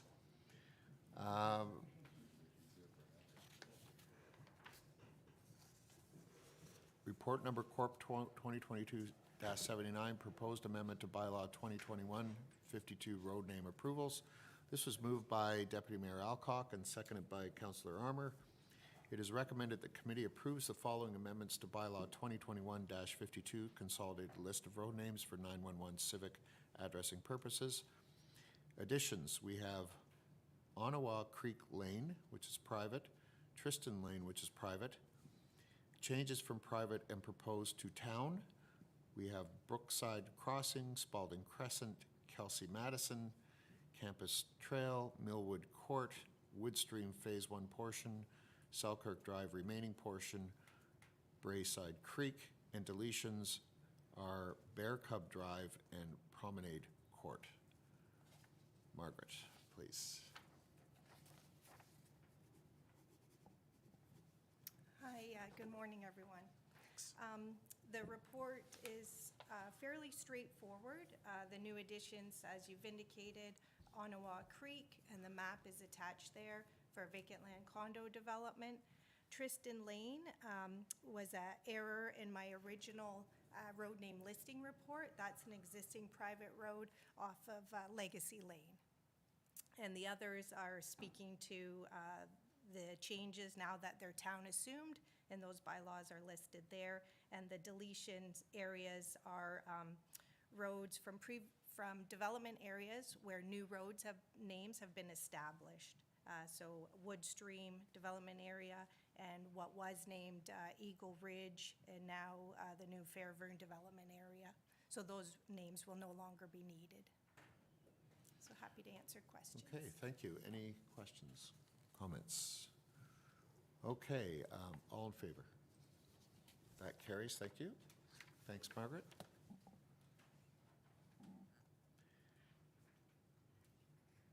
Okay, 6.1.7, Julia, report number Corp 2022-81, user fee update 2023. This is moved by Deputy Mayor Alcock, seconded by Councillor Armour. It is recommended that schedules attached to report Corp 2022-81 be approved and incorporated into the 2023 fees and charges bylaw to be forwarded to council for approval effective January 1st, 2023. Julia. Thank you, Chair Withy. So this report does outline all the proposed fees that will be included in the 2023 user fee bylaw. The direction that we have on this is in our budget and financial controls policy, we do have the guidance that we do increase these fees by CPI trim for July, which again is the 5.4%. So the fees have been increased by this amount unless there was a specific reason not to do so, such as rounding or it's the newly proposed fee, that sort of thing.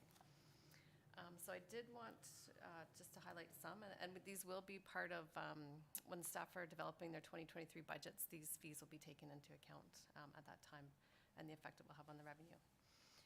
So some highlights, we have the addition of the sports court, so that's the pickleball and tennis rates.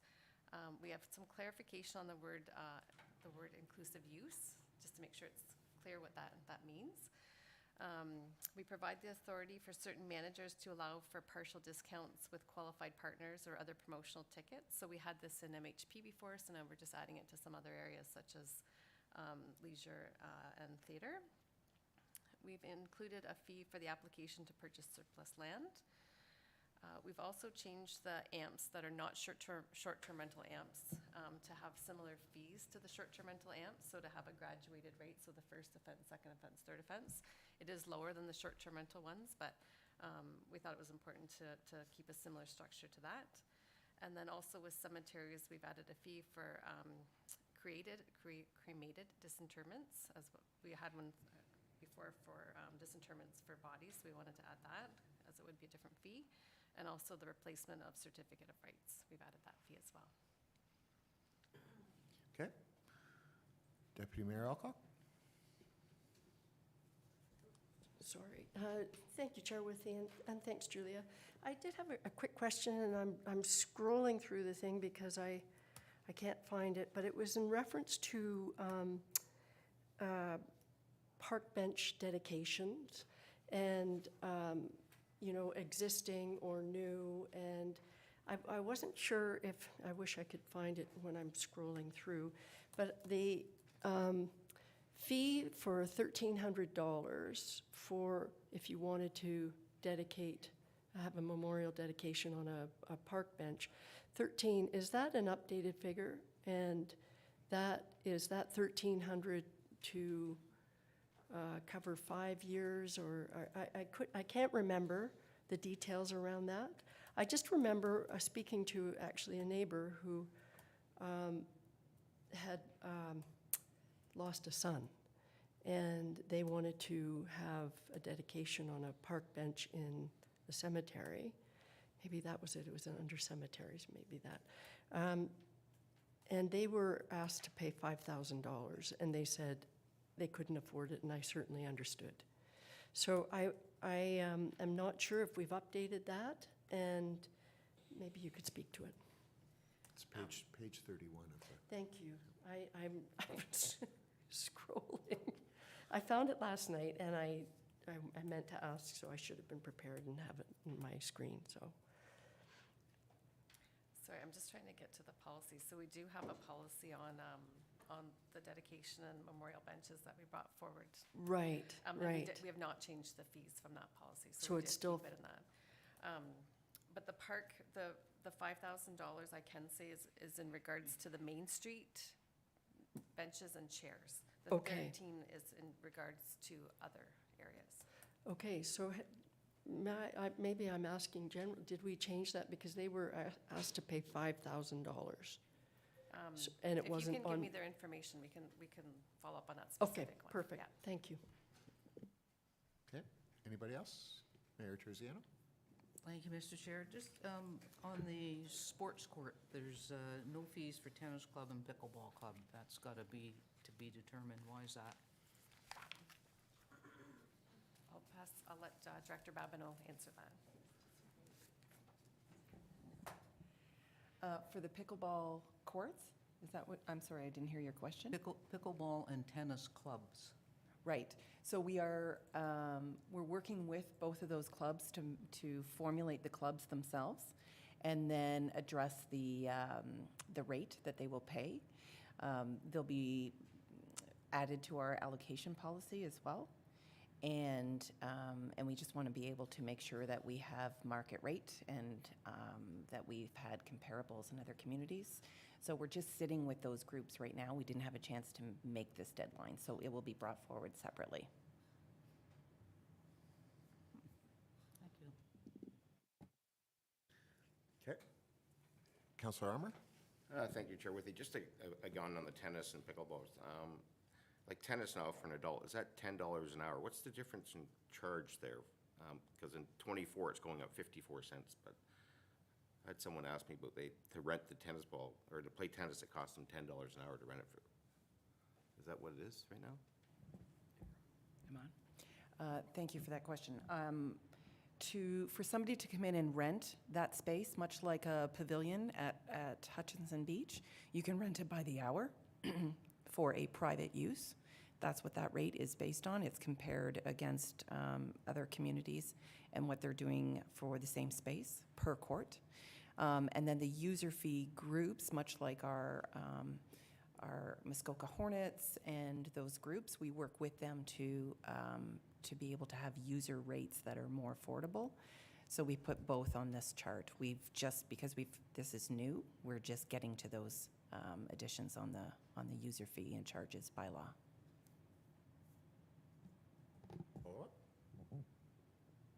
No, I guess I thought that if the court was open and I showed up with my tennis ball and my racket, I could just go ahead and play. I didn't realize I had to rent it, so I think that's where my confusion was. I thought that was only a user group, so. Can I follow up? Yeah, sure. There are always open drop-in times. Those are amenities in the park that are free to use. But then we also have permitted user group times that are blocked. And then we also have available times that you can permit it as a private permit, as a rental. So we try to make sure that we're balancing all of those things, and that is why it's being added to our allocation policy, so that we make sure that we have all of those items covered. Okay, thank you. Mayor Terziano? Thank you, Mr. Chair. I'm still following up on the court fees. So what do the tennis clubs and pickleball clubs pay now for their court usage? Up until this point, pickleball was under our SALS grant. That is our seniors grant that we get from the ministry. And that is for startup. So these new to incubate new programs. Now with we've been a number of years with our startup of our pickleball club. So in the past, they registered through us. It was a program that we ran through that grant. Going forward, and now that we have quite an investment in McCully and now Port Sydney, we're going to be moving to that user fee that we've done with our other groups.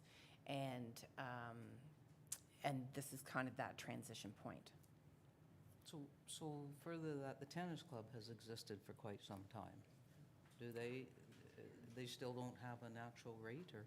Yes, so they are going to formalize at the same time. We're working with both of those groups so that it's fair and equitable and transparent, and also adding to our allocation policy to be able to have permitted times as well as open drop-in times at all of our tennis courts as well, and then be able to recognize that our tennis group is a formalized user group. Deputy Mayor Alcock? Thank you, Chair Withey. I do have a question with respect to the rebate on affordable housing. And Julie, of course, you're going to know this. I'm wondering, when we look at the maximum value of what qualifies for that rebate, I really like the maximum dwelling size, so that's good. But the maximum value, you'll know that at the district, we just upped the maximum value for builder developers to qualify for capital incentives because to reflect the current market. And I'm wondering what your opinion is as to, will anyone actually be able to qualify if the maximum value is 250 or 190, 170, 170?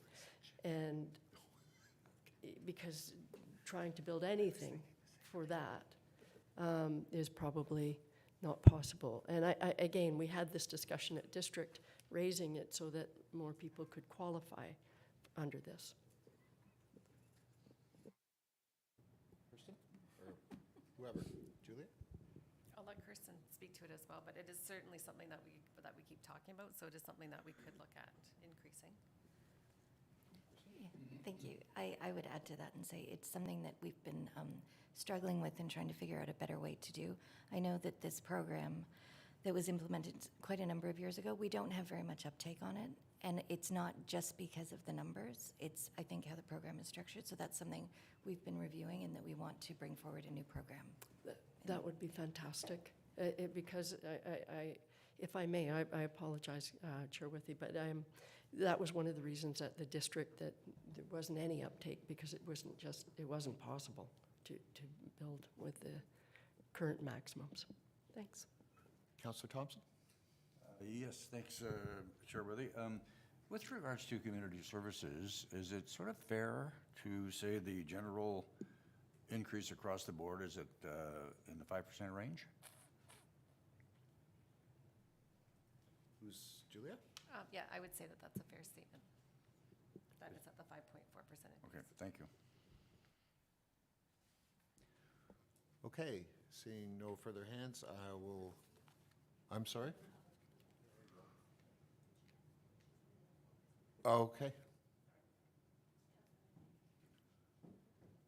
Okay, so quickly, please. Maxine Bastido. Turn on the microphone, please. Yeah. No, no, one more time. There you go. Okay, thank you very much. Appreciate the assistance, and thank you for the opportunity to speak again. I did not print off this part, so I'm going on recall. I had 3 points that I wish to bring forward. The first one is the copying fees at Town Hall. It is, I believe, currently $125 and being increased to $150 per copy. That's exorbitant. I mean, it clearly gives the message that you do not want to provide information, and I'm not sure if that's the message you want to give, you're succeeding. But I personally, as a civic duty, bring that forward, and that is the message I feel, and I feel it's exorbitant. Small point, but I did note it. The second one is has to do with the property standards bylaw. I note, as I've seen previously in other situations, where it's on this update, which is being put forward, I believe, to be approved, and it seemed like the cart in front of the horse, and that you're approving it beyond the user fee without the property standards bylaw itself being approved. So that seems to, again, it seems to me that the bylaw would be approved first and then the addition to the user fee. And the third one is just a comment that I found myself when I was looking through it. I was particular, because it's a short time and the rest of it, but maybe just the culture as well. I was focusing on the areas that were highlighted in red because they showed an increase or a difference. And then as I was driving in, I thought, why didn't I look at the parts that could have been reduced? And I know we're at a time where inflation is high, expenses are high, but I just want to highlight the point that we shouldn't just, in my opinion, assume that everything's going to go up, that we do need to spend time looking in areas that we can reduce to offset that. Those are my 3 comments. Thank you. Okay, I'll call the question. All in favor? And that carries. Thank you. I would like to suggest we take a little break. It is 10:46. Let's come back at 10:56, please.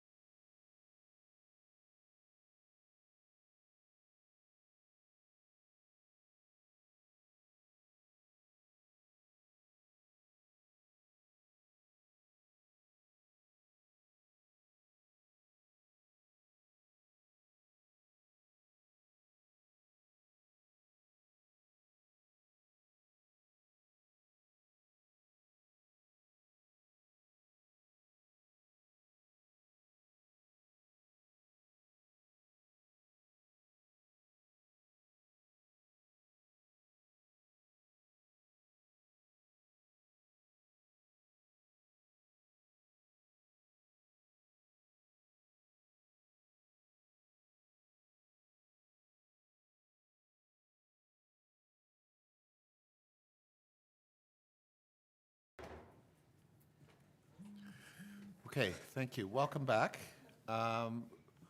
Let's keep moving forward, shall we? We are now at 6.1.8. Julia, report number Corp 2022-71, development charges, credits, Rayville Developments, Woodstream number 2.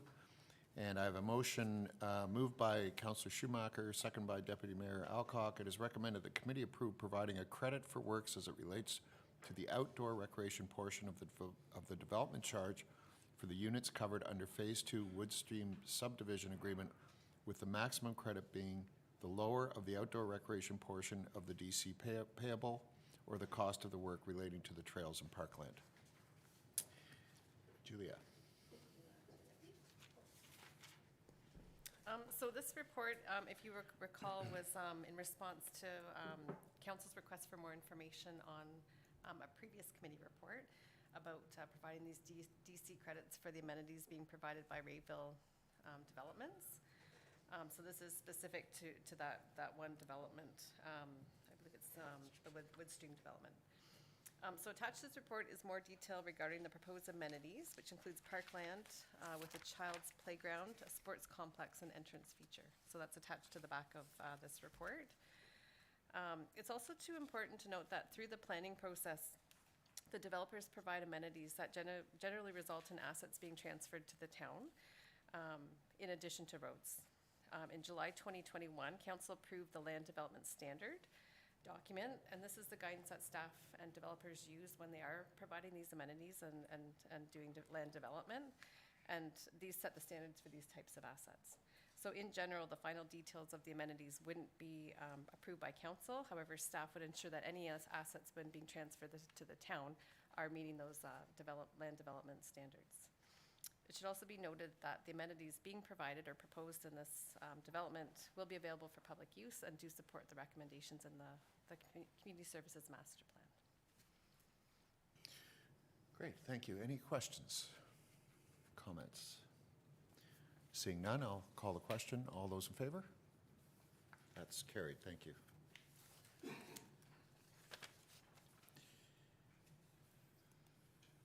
Six point 1.9, Julia, report number Corp 2022-82, Municipal Accommodation Tax Bylaw Revision. This is moved by Deputy Mayor Alcock and seconded by Councillor Schumacher. It is recommended the committee approve the amendment to the bylaw 2019-123 Municipal Accommodation Tax Bylaw as attached to report Corp 2022-82, and further that the amending bylaw be forwarded to Council for approval. Thank you. So this is just a bit of housekeeping. I know we've brought this bylaw back quite a few times, but we're going to get this perfect. So we just a couple clarifications around the definition of provider, and just also providing clarification that about the timing of the short-term rental and bed and breakfast providers, just when they have to submit their reports. Thank you. Questions? Comments? Call the question. All in favor? That carries. Thank you.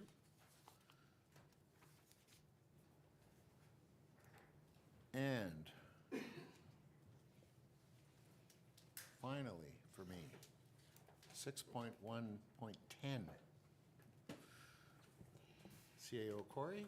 Thank you, Mr. Chairman. So the report is just for information. It's a standard reporting, and I'd be happy to answer any questions if there are any. Thank you. Questions? Seeing none.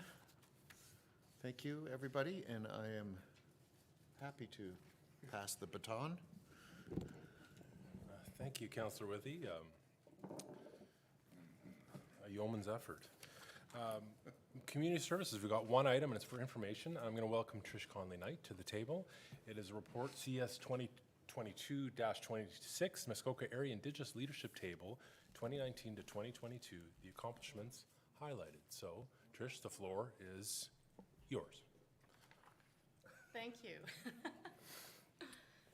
Thanks very much, Councillor Wiebe, and good morning, Your Worship, members of Council and senior staff. This report is in front of you just for information. It's the Muskoka Area Indigenous Roundtable accomplishments over the past 4 years, and I'm here for questions.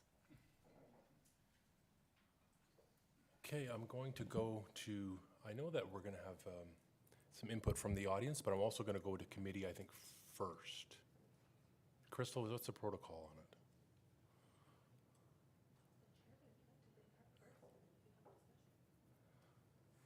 Would you like to come down first, and then we'll bring all questions at once, or did you want to? I prefer not to, just in that, relative to all of you, I am a newbie, and I would rather hear what you have to say. Well, there you have it. And this is what we're going to do. Okay, thanks. So we're going to go to committee. Councillor, Deputy Mayor Alcock. Thank you, Chair Weeb and Trish. It's not really a question. I just wanted to say it was a great report seeing all of the work. I certainly am aware of the committee and a number of the things that have happened through that, but it was truly an inspiration to see how much has been going on and what our rep has been doing. As part of that, our rep being the mayor and supported by staff. It's great, and I look at it and I think that, you know, it's just a beginning, and probably you want to comment on that, Your Worship, but it's just remarkable how much has gone through that table, and as a consequence, spread out to the community at large, and I really look forward to seeing a whole lot more come through that. So, thank you. Any other comment? The mayor, go ahead. Thanks, Mr. Chair, and I will comment because it's been quite a learning experience to sit on the malt group, and I know there are other groups. There's the working group, which I think Trish is a part of, as well as she attends the one with the mayors and the Indigenous leaders, and there's the duty to consult group. But this has been 3 years of the Muskoka mayors and the leaders of the Indigenous groups coming together quarterly, usually for a couple hours at a time. And the discussion has always been great, and the friendships that we have made have been great. And again, I did mention Monday night, we are going to sign the Friendship Accord next week. And that's a great step, and I know everybody's looking forward to doing that. So, you know what? It's almost sad that it took us to 2019 to start something like this, but it's amazing that we've been getting together and learning about each other, and you know, and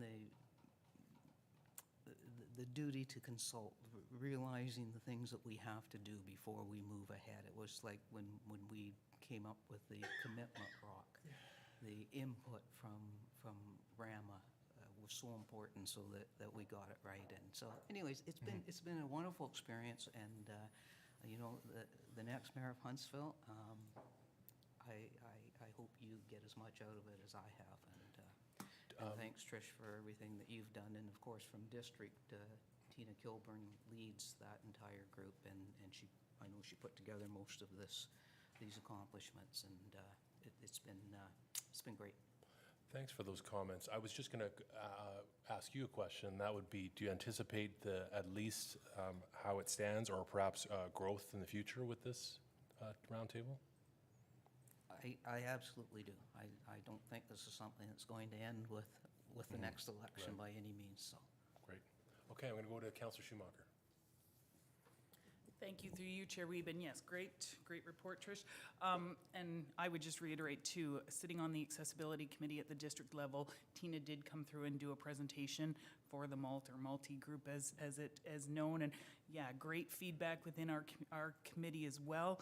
And I'm happy to hear, as the mayor may have said, it is going forward, and the commitment seems to be there, which is unfortunate because I know Tina does do the IDEA group, which I get some of the feedback on, but doesn't seem to be going in as great a direction as, say, this particular group. So hopefully that district group will grow as well, but it's great to see the commitment in this area, for sure.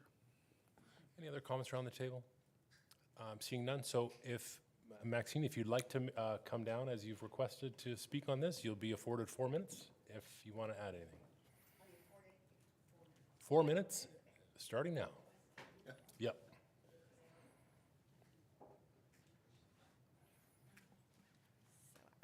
apologize for not being practiced. Pull that mic nice and close. Better? You pull it close, yeah. Don't worry about the tape, just pull it right, there you go. I might regret this. We all do I sometimes. apologize for not being practiced in the proper protocol for introducing, et cetera, but I'm saying, Your Worship, Chair, thank you for the opportunity again to be here and speak to these few points. I mentioned to Councillor Wee briefly at break that I'm here really following you and supporting the efforts, and I just feel much too little too late, and just want to encourage all of us to do much more in this direction. It's another time to go bold. I've looked through and just made a few points, maybe more than a few points, and they maybe overlap just the way I went through this, but the first acknowledging the opening statement that is prevalent now, and just applaud that. The land acknowledgement as well, the duty to consult, the importance of Indigenous training, independence awareness. I found that a bit weak in some of this, and some other aspects as well. I had a couple of questions, but mostly I applaud what's happening. I do think that from the efforts, and I haven't been around the table, so you know better than I, but I also think of in the general community, not just the people who are engaged at this stage, but just, I'm thinking particularly of a neighbor who had moved to the area, had not been here long, and went public as an Aboriginal female in speaking out against the loss of the Beaver Dam in the area where I live. I personally don't think that some of what's in here wasn't how she was treated. I was embarrassed. They were new to town. She was a nurse, emergency, flies to different parts of Ontario. Her spouse is a paramedic. I felt they'd be a valuable assets to the area, and that Ruth Newell, who lived there previously, would be thrilled. I'm just saying that I think we need to not just read about it or talk about it, but do it. Be there. Give the time. Consult. That you know.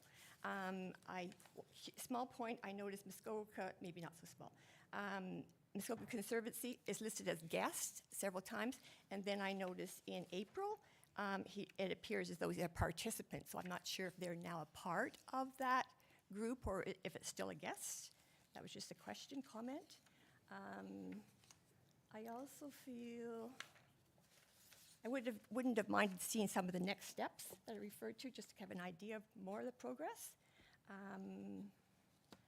I also think I was pleased to see the people who were CC'd, so that the range of people within the province and within the district and within the political Muskoka Parry Sound area, past and current, and some rules have changed. I particularly noticed the MZO, the Ministerial Zoning Order to fast-track land-based development, and I just feel very, very strongly that there seems to be such a thrust in this area on development, and I feel that there isn't the same kind of balance in terms of respecting the principles, the ways of the Indigenous peoples, in terms of, stewards of the land and protectors of the environment.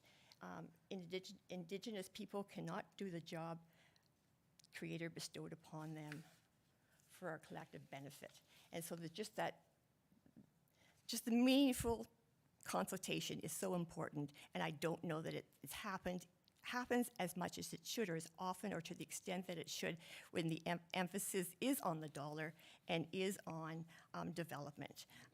And I speak to myself just in the sense that when I read some of this, I realize more the essence of myself and where I've come from, and I'm not Indigenous. I have different heritage, but I am so much in line with the Indigenous way, the little that I do know. And I just grabbed a few books that I had at home. This one is Patrick Boyer, about not Patrick, George. Sorry, Maxine. Time's up? Time is up, unfortunately. Okay. So we have So to move this agenda Closing comment, historically, going forward, future, I just hope this is emphasized and more time and energy is given to it. Thanks for your comments. And if there's nothing else further from the group around the table, I'm going to thank Trish. And I'm actually going to pass it over to Brian Thompson. Thank you, Councillor Weeb. I need direction here from Crystal. Crystal, do I read the resolution before our deputation or deputation first? Deputation first? Okay. We do have a deputation. James Hunt is here, and we only are dealing with one issue today, and that's the Pippins Bay report. And I assume that, James, that's something you wanted to discuss with us. Go I ahead sure when you're do. ready. Thank you. Thank you for the opportunity to be here. And man, it's been a while, so it's nice to be back in front of council to talk about the youth of our town and the work that we do over at the Door Youth Center. So yeah, for the thousands watching at home who don't know, I'm yeah. It's probably my wife Rachel and a couple others, right? But yeah. So I'm James Hunt. I work for Highlands YFC, which is it's a youth organization, and that's the organization behind the Door Youth Center, right? And so we too have a long history with Pittman's Bay. As many of you know, we ran a successful summer day camp there for many years. In fact, we are the continuation of Huntsville Youth Club, right? Which is included in Tarmo's report. He goes through the history of Huntsville Youth Club and the sort of the contract that they had at Pittman's Bay. So that little missing piece of history is just that around 2005, Huntsville Youth Club was ready to dissolve their charitable organization, and so they reached out to YFC, being another like-minded organization, and handed operations over to us. So we picked up where they left off. So I really feel like we are the kind of the torchbearers of that legacy, right? And we continued to hold the same or similar contract with Pittman's Bay up until well, the end of 2017, I think, is when we officially backed out of that contract. I had to make the tough decision to cancel our summer day camp in 2017 because we were experiencing the front end of the employee shortage that everyone is facing now today. We couldn't find staff, and I couldn't allow families to be hung out to dry for the summer. You know, they needed to find places for their kids. So I had to pull the plug on that. It was a tough decision because, and it's weighed heavily on me ever since. Because I foresaw the day where the town would sit and say, we have this underutilized piece of property and we need to do something with it, and lose sight of the original intent of the gift of Pittman's Bay, right? So today I would like to remind us of the intent of that gift, right? As you read in Tarmo's report, that it was gifted to the town in 1954, I believe, 1951, and it was to be held in trust for youth purposes, right? And I had a realization last night as I thought about this.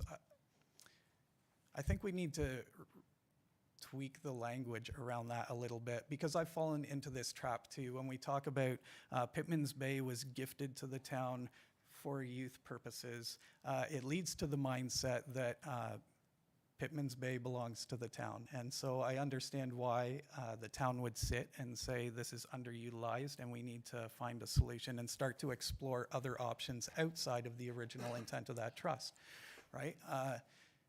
To that I would say Pittman's Bay was not a gift to the town. It was a gift to the youth of the town, and the town was given the responsibility of maintaining that original intent of Pittman's Bay, right? So all of that to say, you know, I've heard discussions around opening it to other user groups who don't have a youth focus, and opening it, you know, for different purposes outside of that. And I would just appeal to your sense of integrity and honor and say this: the right thing to do with Pittman's Bay is to steadfastly maintain the intent of the original gift, right? That continue to be used for youth purposes into the future, right? That was the intent of the gift giver, and I think we need to honor that. And I think Tarmo's recommendation does a good job of drawing us back to that, right? He's recommending that we that this coming year that we focus in on youth purposes only, right? I appreciate that. In the charitable sector, we talk a lot about this idea of mission drift, right? So your organization is formed around an original mission. And quite often what happens is if your organization is not vigilant in staying on track with your mission, you tend to drift. And we see evidence of that in the history that Tarmo has compiled in the report, right?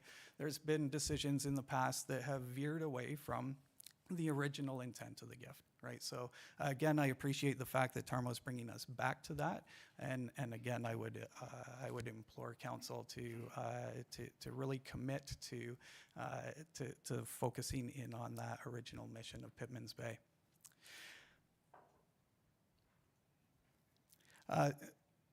So that was the one piece I really wanted to drill home on was just that original intent and our duty to safeguard that. So I want to talk about some of our vision for how Pittman's Bay could be utilized better. Have had some very preliminary conversations with town staff around it, and it looks hopeful, and I think maybe we have a solution to the problem, right? There's a bunch of problems in here, the insurance, the risk management, all of those things, right, need to be figured out. So here's what I would do if we had like full reign of Pittman's Bay. I'm so familiar with that property, having, my younger brother did 4 years out there with Huntsville Youth Club, right? My own kids did camp out there, and then I ran the camp out there for many years. So have had many insights as to how that property could be better used for youth purposes. One of the problems with Pittman's Bay is that to be better utilized, it needs some building improvements, it needs some increased amenities there. So for example, the bathroom building desperately needs to be updated. We need more bathroom stalls there, to be honest. It would be good if Pittman's Bay had a functional kitchen, if it had bunk cabins, and built into, a functional camp space, fully functional camp space. One of the problems we had with getting staff is that unlike other camps, which would have lodging on site for their summer staff, Pittman's Bay didn't have that. So we had to try and we were stuffing college students into basements of people's homes and stuff like that. It was difficult. So for a long time, I have seen how it could be better used by us. The problem was the nature of our contract with the town, right? We only had it Monday to Friday, 9 to 5, and so it didn't make sense for us to make those kinds of investments in the property, not knowing, if it could be yoinked away from us at any point in time, right? So we just ran it as we always had, as a day camp. So I would really like to explore those options. On top of that, we've talked a lot at the door about doing some biodiversity type programs and some social enterprise programs. So what that would look like at Pittman's Bay, we could do things like beekeeping, we could do organic gardening, we could look at maple syrup production, things like that, harnessing the environment that is there. And using that to educate kids, to build in them a sense of environmental responsibility. Gen Z is passionate about the environment and highly concerned about climate change, right? And we have a perfect location at Pittman's Bay to be able to build into that, right? So we could do a lot of initiatives like that, and in turn, beekeeping, honey production, maple syrup, gardening. Those are marketplace initiatives where we can put product to market and use those funds to continue to keep Pittman's Bay running, right? So it's a sustainable model, I think, and it's a model that gives us opportunity to do a lot more of what we're already doing right over at the door, but we don't have the space to do it, right? So I envision Pittman's Bay as being a vibrant outdoor education center that could also be operated as a turnkey camp, and it would be great to be able to relaunch the summer day camp program too, but we got to figure out the employee thing first, right? So those are some of my summary, high-level thoughts around Pittman's Bay. It's hard to unpack all of it with only 10 minutes. So all of that to say, I look forward to working together with Tarmo and town staff on this, as he's recommending in his report. I would even go so far. I would go so far as to suggest this. Given what I've just unpacked as sort of our vision for Pittman's Bay and the problem that the town is encountering with insurance and risk management and those things, perhaps a viable solution is to transfer the care of Pittman's Bay over to YFC. That relieves the burden from the town. And it guarantees that Pittman's Bay will continue to be used for youth purposes long into the future, right? We're an international youth-minded organization, so we have longevity. We have a lot of support behind us to make that happen. James? Yes. You have used your 10 minutes plus. All right. I meant to start the clock and forgot. And a lot of your considerations or your concerns are going to be addressed, I think, yes. In this resolution. So, but before you go, there probably might be questions. So let's start with Deputy Mayor Alcock. Through you to James. Thank you, Chair Thompson, and thank you, James, for being here and speaking to this. You know I'm a huge fan of the work that you do. And looking specifically, I'll try not to jump to the resolution but I guess without jumping there, I'm sort of referencing it. Because, and I appreciate all of the work that Tarmo did, recalling all of the history of this. It was interesting, and man, a lot of back and forth meetings over the decades. I would absolutely support the continuation of what the original, as you say, the original intent. That makes sense to me. And so I put that out there. I guess the question being, probably you're in support of the motion as you saw it, with the exception of the last comment, which is sort of broadly consulting as to future options. Yeah. That really and this is a question you're asking of us, will you support the original intent? So in the consultation, it's with those who are working with youth. And you're obviously here because you're well positioned to do that. You've already been doing programs and have already talked to staff, and I think it's an interesting proposal you're putting on the table. But am I correct to assume that with respect to the recommendation, it's really that last paragraph that's saying, no, don't do this broadly and look at other uses. Let's have a commitment from council that says, we want to continue to work with youth, and that's the purpose of Pittman's Bay. Yes, that's correct. I had very strong reaction as I read the proposal because of some of the stuff further down, right, where I saw that we were beginning to stray from the original intent, but after rereading and reading the actual recommendation at the top of the report, right, I think Tarmo has done a good job of narrowing us back down into that. And yeah, I would just ask council to kind of reinforce that the gift of Pittman's Bay was a gift given to the youth of our town, right? And our involvement as a youth organization aside, right, this was given to the youth of our town, and we need to honor that, right? Councillor Weeb. Thank you, Chair Thompson. So two things. One is, thanks for your presentation. And one of the things that you said was that part of the struggles you had, and we all sort of have, is the attraction and retention of employment. Do you feel that with you've probably got your hand on the pulse of the comings and goings of potential staff, et cetera. Do you feel that accommodations there could be the quote-unquote silver bullet for you? Is that really the big missing link right now? It would certainly help in terms of being able to house staff there for the summer. you know, as a college person looking to work for the summer in a summer camp, I think they want the full summer camp experience, right? So that's a piece, but the other piece is, you know, if we developed it in the way I described, you know, with those additional amenities, it could also be used as a turnkey camp operation. So one of the things that we do every year is we do an event called Campfire, where we take kids there for a week of camping, right?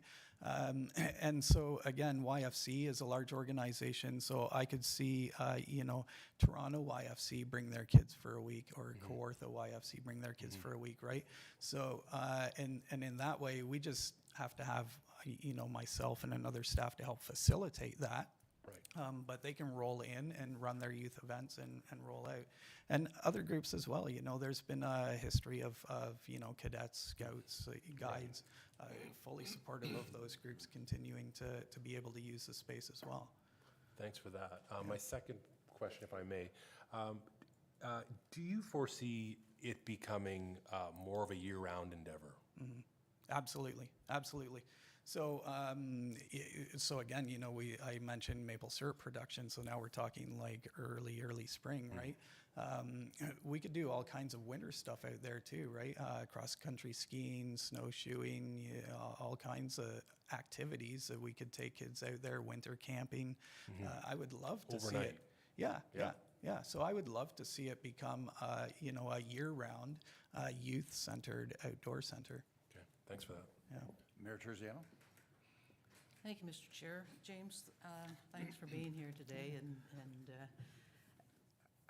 I've got to tell you, as a staff worker, I lived through the 90s where all of those reports came, and I will probably speak when staff comes up about how impressed I've been with the history that they put together.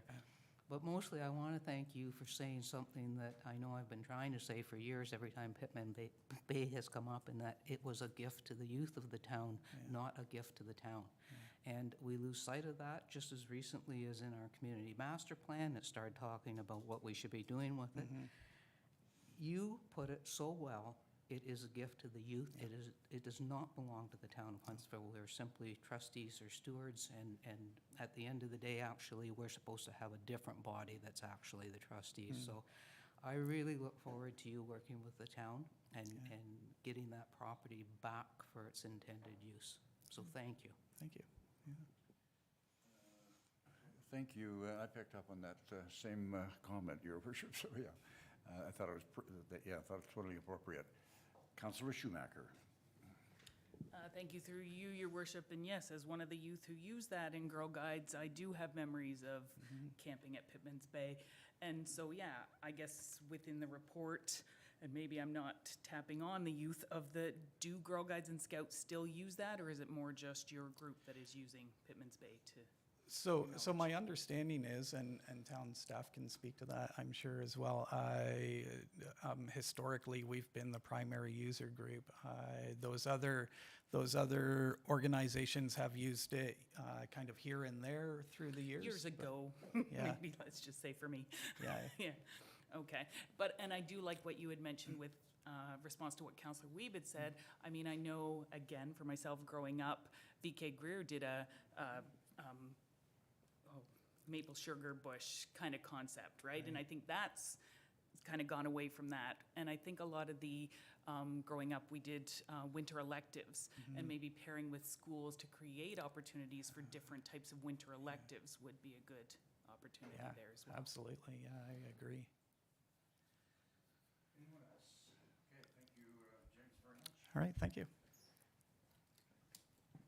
Let me put my microphone on. Thank you very much, James, for that. I'm going to read the resolution now, and then if there are any questions, we can bring our director, who's obviously taken the chair.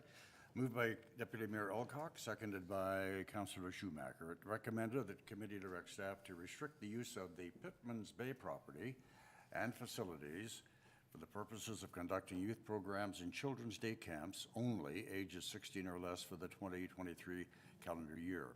And further, that committee directs staff to maintain the Pittman's Bay property during the 2023 calendar year to ensure its exclusive use by youth programs and children's day camps, And further, that committee directs staff to conduct public consultations limited to the permitted use of the property to better understand user groups' asks, to inform staff recommendations related to the future use of the Pippins Bay property. And further, the committee directs staff to report back to committee with options for consideration related to the future use of the Pippins Bay property during Q3 of the 2023 budget year. Tarmo, did you want to add anything to that? Please sally forth.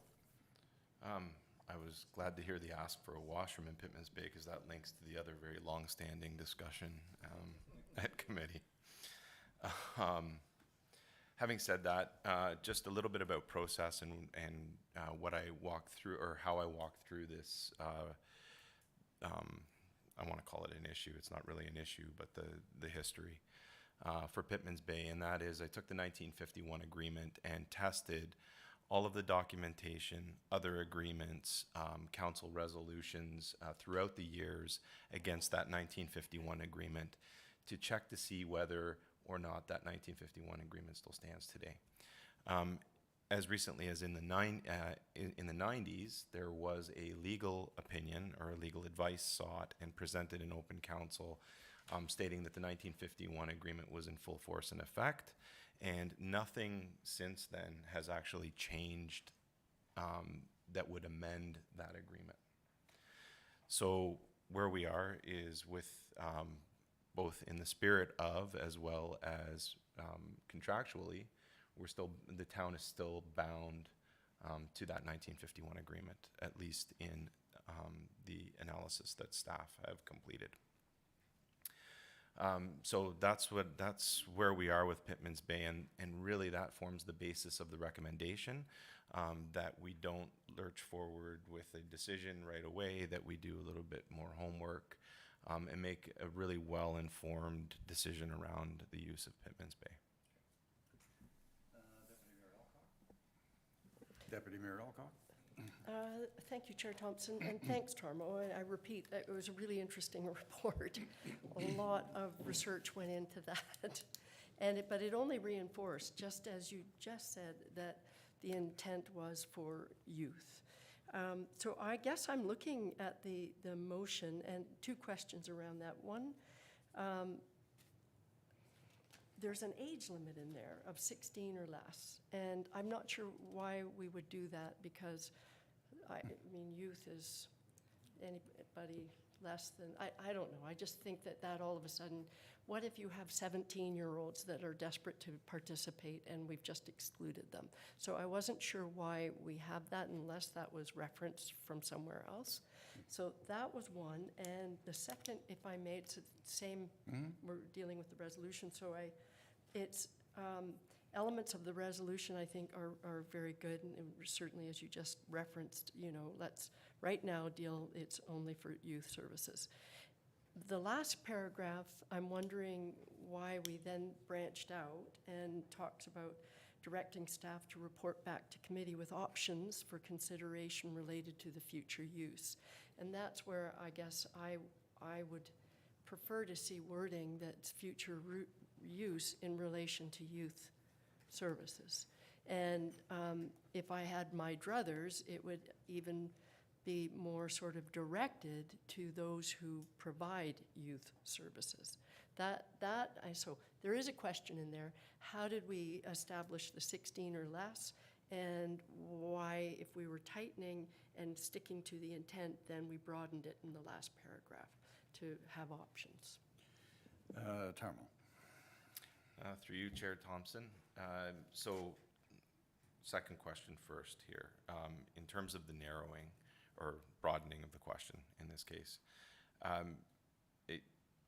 think it's important that when we discuss a contractual issue, that we recognize that there is a potential that staff don't have necessarily the full legal expertise to provide counsel with kind of the legal advice.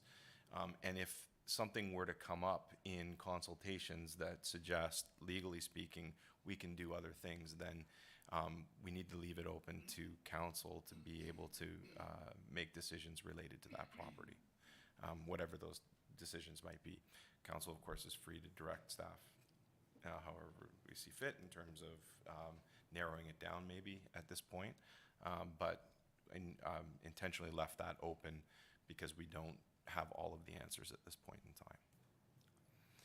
In terms of the age, it's based predominantly, we did do a little bit of a collaborative work. This wasn't just me alone. I do have to acknowledge our entire senior leadership team and our CAO who put in a lot of time in reviewing this and helping me out, helping support, finding the documentation. Number of other staff throughout the town were involved as well. In looking at the age of programming in the town, 16 kind of seemed to be that upper limit for youth programming in the town. Mayor Terziano, and then Thanks, Mr. Chair. Tarmo, I was just gonna, if I had a hat on, take it off to you for assembling all this information, and you're already dishing out the accolades to other staff people, but believe me, you have nailed it in this report. It's a great report, and it needs to stay on file because there's gonna be new people sitting around this table. They need to know the history. I just really appreciate all the work that's gone into this by whomever has put it together, because there's been a lot of missing pieces over the years. But just in speaking to the 16, I get that you're saying the town has programming at 16 and everything, but I'm not sure the intent of the 1951 agreement had anything to do with whether you were 16 or not. So I would certainly support removing that age number. okay, and I think I have an answer to that too, but Councillor Willie? Thank you, Chair Thompson. I think Mayor Terziano took the words out of my mouth. I do agree that the 16 shouldn't necessarily be in there.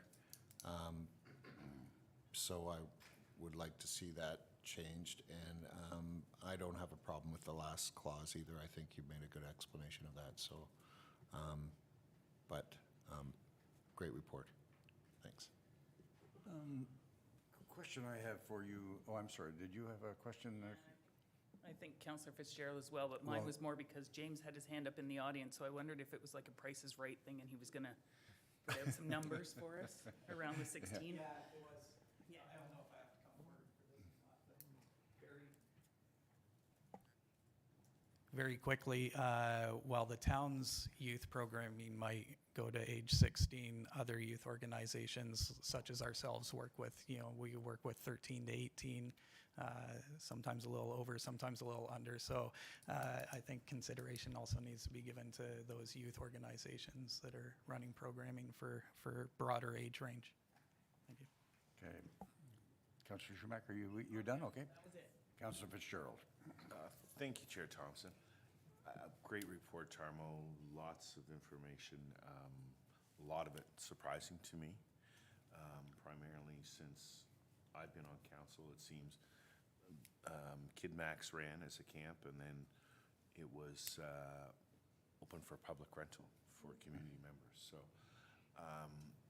the only thing I'm wondering is if a hybrid is required in order to finance and help fund camping operations. And I don't know if that's something that any youth groups would entertain, but I think financial implications were part of the reason for the camp ceasing, as well as staffing. James, help me if I'm, no? It was purely staffing. Okay, thank you.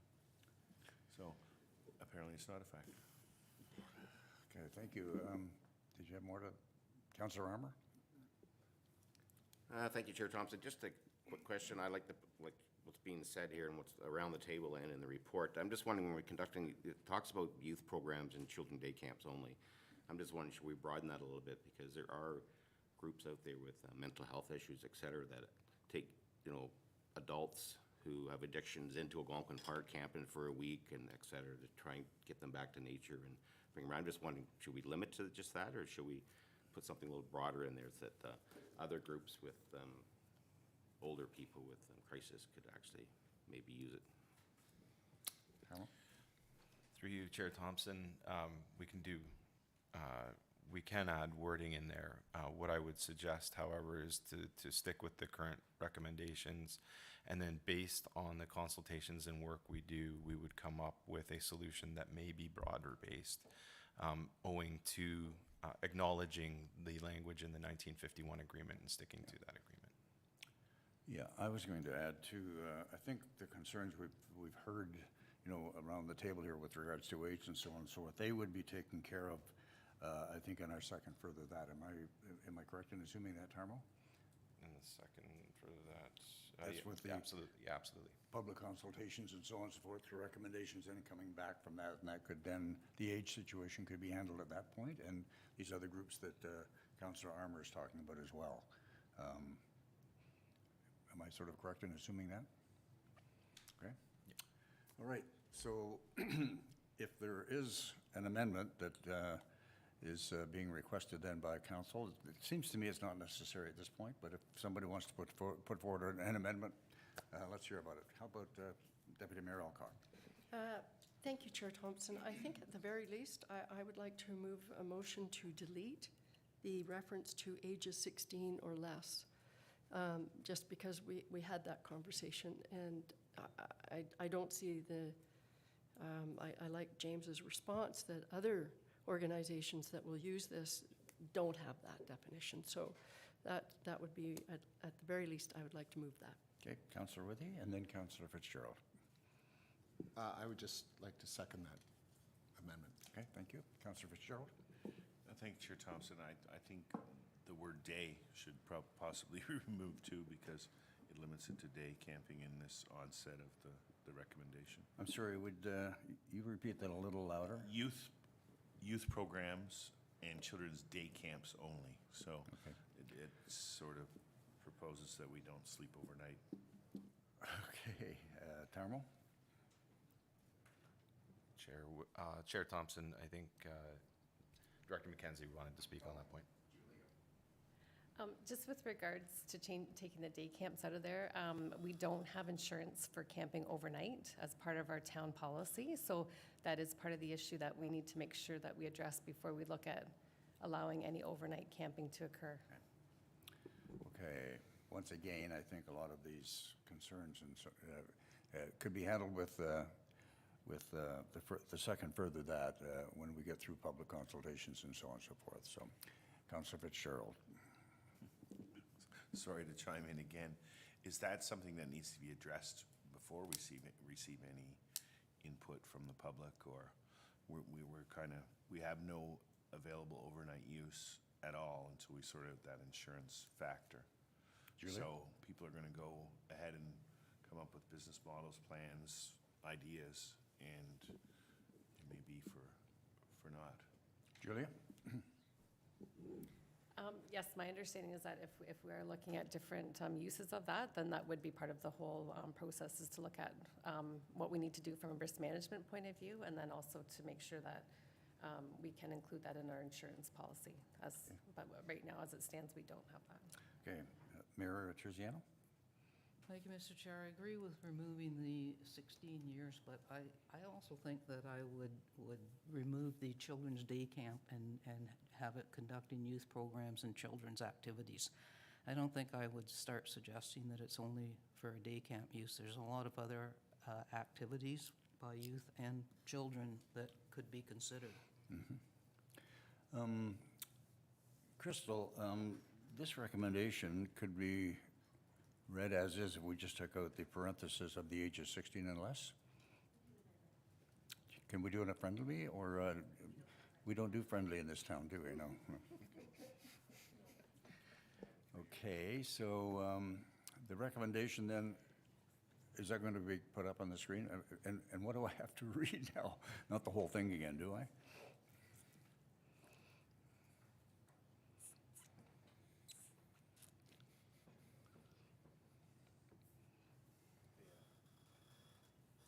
Councillor Fitzgerald. Lots to say about this one. Thank you, Chair Thompson. I'm reading in further that the committee directs staff to report back by Q3 of 2023. So that pretty much eliminates the potential for any programming or use of Pittman's Bay for 23. Is that something that we want to entertain? Tarmo? Really? Thank you, through you, Chair Thompson. The actual recommendations directly permit use for the 2023 year for youth programming. And no other use, to the exclusive use of youth programming for 23 as we consider the 1951 agreement, its impacts, and we go from there. That is the intent of the way the motion is written. Yes, Deputy Mayor. Thank you, Chair Thompson. Through you to Tarmo. So I think you just said it, and so I was going back to that fourth paragraph, so the intent is to report back on options for consideration related to future use of Pittman's Bay property. We don't need to add wording that says bearing in mind the 1951 agreement or whatever.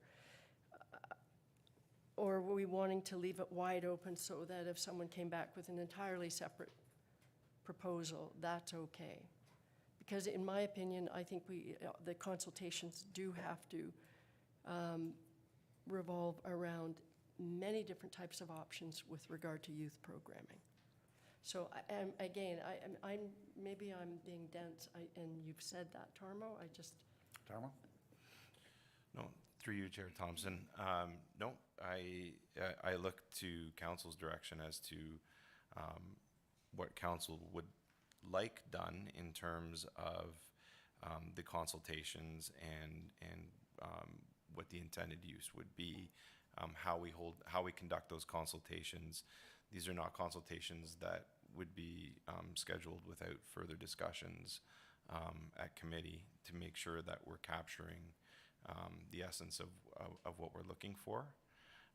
So if we're targeting, we would be looking at broader public consultations to make sure that we're including everybody's voice, but at the same time, there would be targeted consultations with the various different users like Mr. Hunt's group and other groups that would be involved or interested in the use at Pittman's Bay.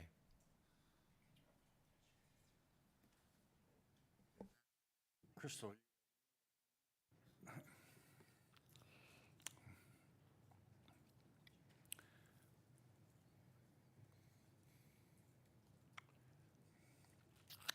Okay.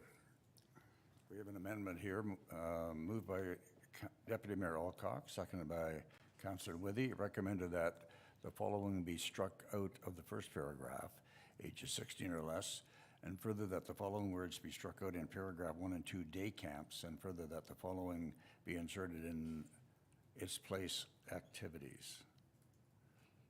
Is that sort of what you had in mind, Deputy Mayor?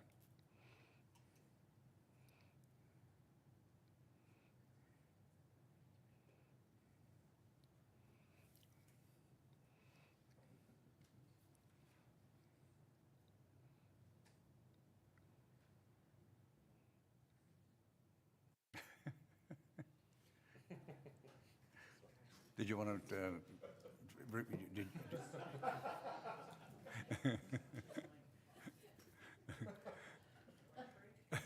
I think that was a combination of number of voices. I apologize, Chair. Okay, so any comments yes, on the amendment? It's fine, thank you. All those in favor of the amendment? Okay. So we'll go back to the initial resolution as amended. All in favor? Okay, that passes. Thank you very much. Thank you, Tarmo. Bet you didn't think it would take that long, did you? But it was a good discussion, so thanks very much, everyone, for the input in that, and I think it's a great plan going forward. So it's now my pleasure to hand the floor over to Deputy Mayor Alcock. Why, thank you. I've just had a question before we, well, actually, Chris is here. The question, when would committee like to stop for lunch? Or should we just continue to plow through? Let's keep rolling. Okay, let us keep rolling. All right, we're dealing with development services, starting with 6.4.1, and Chris is here to talk about the report number Development 2022-152, repeal and replacement of the property standards bylaw. And we do have a motion. It has been moved by Councillor Weeb, seconded by Councillor Stone. It is recommended that committee approve the property standards bylaw update and the supporting sewage or system maintenance inspection program, policy and procedures as attached to Report Development 2022-152. And further that the final bylaw be forwarded to Council for adoption. And further that Schedule H of the 2023 user fee bylaw be amended to include sewage system maintenance visual site request at $100. And with that, over to you, Mr. Nagy. Thank you very much, Deputy Mayor Alcock, and thank you, committee. So in short, we are repealing and replacing the existing property standards bylaw. We've incorporated some of the amendments, so it's one document now for all users. We've also incorporated some life safety aspects, such as some barrier-free requirements, as well as some egress requirements within residential construction. The big ask that was brought forward in July was this septic maintenance program. Staff considered a full-blown septic maintenance program. However, as I indicated last time, the enforcement tools within those programs aren't great. So that's why we feel it should live in the property standards bylaw. So we're going with a discretionary program. This program has been implemented in townships such as Bracebridge, and they're seeing wise success on it. So basically the way that we're going to be dealing with it is initially, due to timing and everything like that, we're going to be responding on a compliance basis, and then over the winter months, my septic staffing will be looking at the older systems, creating a list, and then obviously early spring, get into those older systems. So with that, if committee has any questions, I'm happy to answer them. Thank you for that report, and I understand before we go to committee, Maxine, you wanted to speak to this report as well as the next?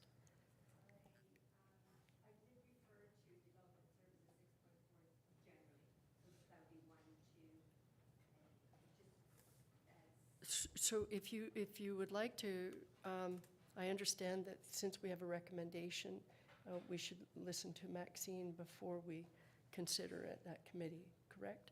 All right, so if you'd like to come forward, and it'll be the same principle, 4 minutes. That would be great.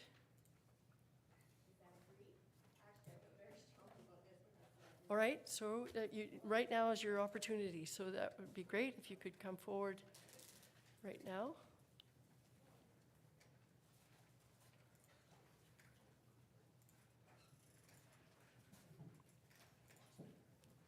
You start timing. Okay. And is it 4 minutes for each item? Okay, so what are we giving her? Okay. So I'm not sure we're still good morning, So but it'll be the same principle, Maxine, for 4 minutes. thank you. Thank you. So again, Madam Chair and Madam Mayor, Your Worship, Madam Chair, I don't know if I'll ever get it. Property Standards Bylaw. I think I go to the fact that the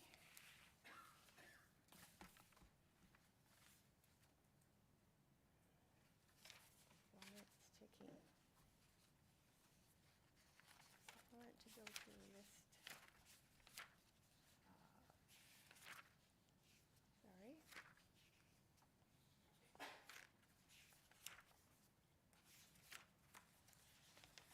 I'm sorry, what I'm looking for is maybe this. No, it's not this.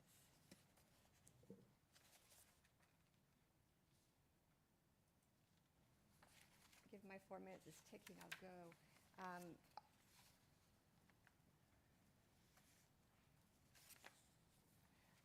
Having looked at this, my opinion is not in agreement with, sorry, I'll go this way. If you could speak into the microphone directly, that would be great. Right. I'm sorry, I can't find at this point in time the All right. portion that I wish to refer to. Was there a general comment that perhaps you'd like to make about it? Well, I will, but I think I want specific, there were 3 or 4, like Okay.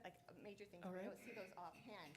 And so I'm just going to jump in with the fact that this property standards bylaw, which is going forward, or is presented to go forward, the options are 1, 2, and 3. The first one being to adopt it, the second one to alter it, which council doesn't, which the presenter is not recommending, and the third is to deny it, also not recommended. Having reviewed what I've seen, as there are parts that are of serious concern, I would say, I do not agree with the position of option 1, and I do lean toward 2 or 3. Given the short time, I guess I will move along to the fact of we are living in an area of the province which is rural, and we have the disparity in income is huge in terms of the very wealthy and their second homes and those who are poor and very poor. And some of this, for the vulnerable, it will severely disadvantage them. I also feel very strongly that some of this is unreasonable, like some of the language, in the sense of free of rodents, no insects, that kind of thing. In Muskoka, really? We lived in a small old house for 5 years before we built, and we had a carpenter, and I asked about weather strips or whatever, and he was like, you're going to keep them out of here? Like, it's just not possible, some of this. And to apply this and to extend it from the town to all, including the rural areas, it just seems like over the top.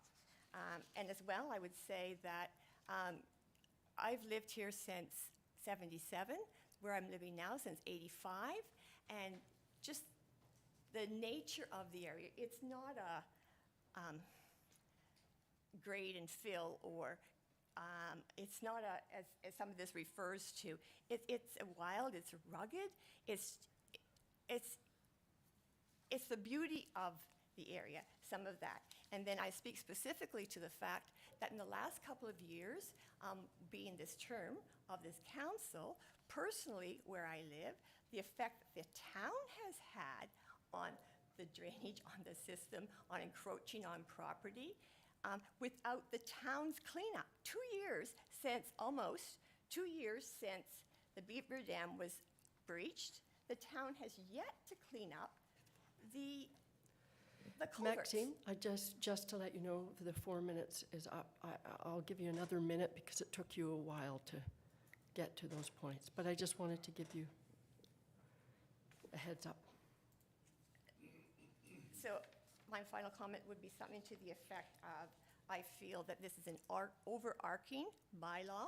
The implications of it are not reasonable under the circumstances, given the nature of the land, of the peoples who live in this area. I understand that some of the intent may be, but it is not practical, nor reasonable, nor fair to be implementing a bylaw to this extent. Thank you very much. Thank you very much. Before I go to committee, thank you, Maxine. Maybe in response to the issue around this bylaw, this isn't a brand-new bylaw. We're updating an existing bylaw. So we already have a property standards bylaw. Maxine, I'm just going to let our... Okay, but I'm saying I'm aware of that with option 1, 2, and 3. Right, okay, thank you. Perfect. Maybe, Chris, could you respond to that? That would be great, thank you. Absolutely, happy to, Deputy Mayor. So you're absolutely right. The town of Huntsville was proactive in adopting a property standards bylaw prior to actually 2009. Within the building code, they've actually moved it being discretionary to actually mandate that there's a property standards bylaw within a municipality as soon as you have an official plan. So, in essence, with the way that the report is written, there's only the changes within it. So as far as, the rodents and insects, that's under the residential rental requirements. That's already in our current existing bylaw, and today we aren't proposing any changes in that area. So that would be my short. I appreciate that. Thank you very much for that. All right, with that, I will ask if there are questions from committee. Yes, Councillor Weeb. Thank you, Deputy Mayor Alcock. So, Chris, the addition of the visual inspection of the septic systems, is that just a surface inspection, or would you be requiring the lids to be pulled? So through you, Deputy Mayor, so the visual inspection would be similar to the ones that we previously did, so it would be a visual, lids not pulled from a staffing standpoint. If while staff are out there, they're noticing that there is some leaching aspect, if the bedrooms within the dwelling unit are over capacity to what was approved and everything, we do have the rights to go into the third party, which would actually be flow tests and getting the tank pumped and verifying that stuff, right? So when it gets into that, I'll call it aggressive inspection, that's when we'll be leaning on that third party to actually to deal with that, because then they can stay on site and verify the pumping of the tank and exposing of the lids and everything like that, right? So, yeah. Thanks for that. Thank you. Councillor Fitzgerald? Thank you, Chair Alcock, and thanks, Chris, for bringing this forward. I know a lot of people on the lakes have been pushing for something like this. A lot of municipalities and townships have actually implemented a 3-year plan where you have to get the certificate done. So I think this is our first step, and hopefully we can find any of those systems that are failing and have them repaired in order to maintain our waterways. So thanks for bringing it forward.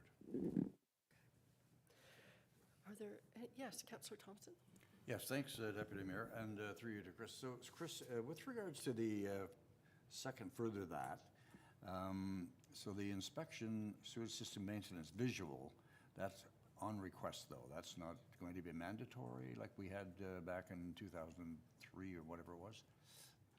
Yeah, so basically the issue that we had with going kind of with that, with the full inspection or maintenance program is we can't differentiate when we're looking in an area. So if someone just put in a system last year, technically if we were in a full review process, they'd have to do the exact same thing that everybody else is doing, right? So what we've done is we've noted, 0 to 10 years, unless there's an actual complaint on the property, we'll look at paperwork. If it's a treatment system, we'll look at the maintenance agreement, make sure that they're all up to date and everything like that.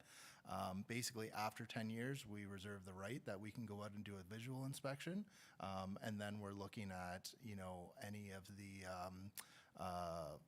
if there's any trees involved, if there's any leaching, if, any issues with the tank lids and them not being watertight and things like that. When we actually have to go out and do those sort of things, then we'll be charging it back to the client, the $100. Again, if it gets back to a treatment system, because they're having those annual inspections, it'll be lessened that we probably won't need to go and visit site, but we want to have that reserve. And the whole aspect as far as the $100, that references, or it's a continuation of our current re-inspection program when we have to go out. So, the industry seems fine with that amount at this point. Alternatively, if we were in the full-blown system, that's a range from anywhere from $500 to even $1,500, I'm hearing, with getting an engineer to actually go out and be a fee to the property owners directly. So, yeah. Are there any other questions from committee? Seeing none, I will call the question. All those in favor? And that carries unanimously. Thank you, Chris. All right, so moving to our next report, 6.4.2, we have the director with us to speak to report number Development 2022-131, Water and Sewer Capacity and Allocation. Thank you, Chair Alcock. This report is just to provide an update on discussions that have taken place with the District of Muskoka, further to their annual water and sewer allocation update that they did in March. Huntsville has always been high with the capacity allocation, what's been allocated and what is remaining in the plants. And this year, with the amount of growth that we've seen over the last 2 years, it's come to light that there's imminent need to review how things are done. So the district is proposing a working group to look at what they can do to change how they allocate the strategy perhaps, or look at different ways to ensure that we will be able to have appropriate amounts of allocation moving forward. The way it works now is that there's 3 categories of allocation. So properties that can get a building permit today, which is Category 1, properties that are draft approved or have a holding, which is Category 2, and then planning applications that have been submitted but no approvals have been granted yet. And so with Category 1 development considered only, we are at the threshold to start planning for expansions to the plants. So that's quite concerning because those plant expansions, they take a lot of time to go through the full environmental assessment processes and everything. So what we're proposing to do now is review the properties that are Category 1 and ensure that they actually should be considered Category 1, how many vacant lots we do have, how many lots are considered Category 1 but won't be able to be developed because of other constraints, and hopefully truth that information so that we can lower those numbers and work on a longer-term strategy with the district. Thank you for that report. Exciting times ahead when we figure that one out. And certainly, I think doing that.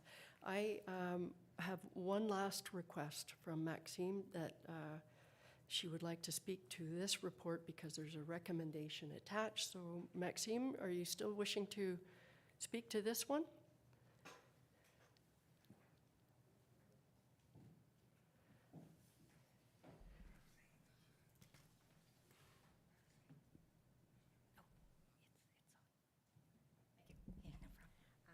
I don't think that I've had sufficient time to consider what's been said and what's on the, to respond fully, except, I appreciate the report that's been given. I did at break time speak with Councillor Stone briefly, and he gave me some overview in terms of the situation, where it's going, when it was, and that was somewhat helpful. But certainly, these brief amounts are not sufficient. May I just read the recommendation again? It's just saying, this is 6.4.2. This is 6.4.2, Right. yes. And so it's the recommendation is that the committee requests the District of Municipality of Muskoka review the capacity allocation limiteds and strategies as a priority. I'm not opposed to that in terms of the status and where we're going. Thank you. Okay, thank you for that. All right, with that, I am going to ask committee, and I notice Councillor Armour right here. Thank you, Chair Alcock. I'm just curious on the Category 2s. You're talking about 1,800 dwellings, and some of them dating back 30 years. Is there any way that we can decipher all this and then shut down some of those ones that are maybe are more subdivision or residential, et cetera, like? Through you, Councillor. Yes, absolutely. That's one of the things that we'll be looking at is when a subdivision is approved initially, it's first, they get a 7-year approval, and then after that, they have to be renewed. And when they come up for renewal, we will be critiquing and making sure that it's something that actually makes sense to continue in whatever location it is and how it's proposed to be developed so that we know we want to keep affording them with any allocation moving forward. That's good. Okay, so Councillor Withey. So your hand was Yeah, sorry, Oh, all my right. apologies. Thanks. I'm just sort of bouncing around here. I don't have a problem with this, certainly. I thought, though, in the last meeting that we had with the developers, where the district was there, they gave us those graphs that showed that we were still well under the line of where we need to start going through, you know, the colored ones that we got. I thought we were still well below that line. Has that changed drastically since that meeting, or? It's, is that yeah, thank you, Councillor Withey. The actual people using the service is still below the 85%. It's just if everyone came in tomorrow for a building permit that could, we would be over the 85% for planning. So, and we would be over 100% of capacity of the plants if everybody came in. I mean, I don't imagine that's ever going to happen, but we need to be a bit more responsible when we're looking at it to make sure that we do have the capacity in future. Follow up? I agree, obviously, that's pretty much a no-brainer. But I thought even with the next band in there, we were still well below. But anyway, I'll leave that. Is there any updates, and maybe this is a question for district, about when Mount View's going to finally close, or is all these capacity issues going to keep it open in perpetuity? That is actually a question I had with the new Commissioner Steele at District, and it doesn't have any impact on the capacity. So Mount View is in the process of everything's being redirected through Right, to, through the but pumping it's already station, yeah. considered in the Right. Great, thank capacity you. strategy. In the formula, right? Thank you. Councillor Weeb?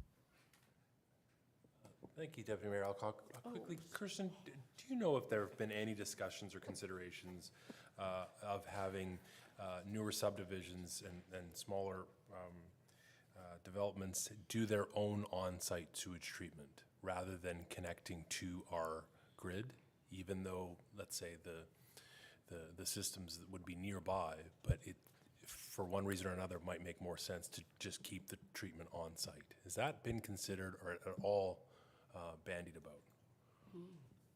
Great. Thank you, Councillor Weep. I don't believe it has, because it's not a policy that would be permitted in the district official plan at this time. So I don't think it's anything that's being considered, so, but we will have that discussion with districts. Your Worship. Thank you. Kirsten, the recommendation asked district to review the capacities, but you talk in the report about working on category 1 first. We won't leave category 2.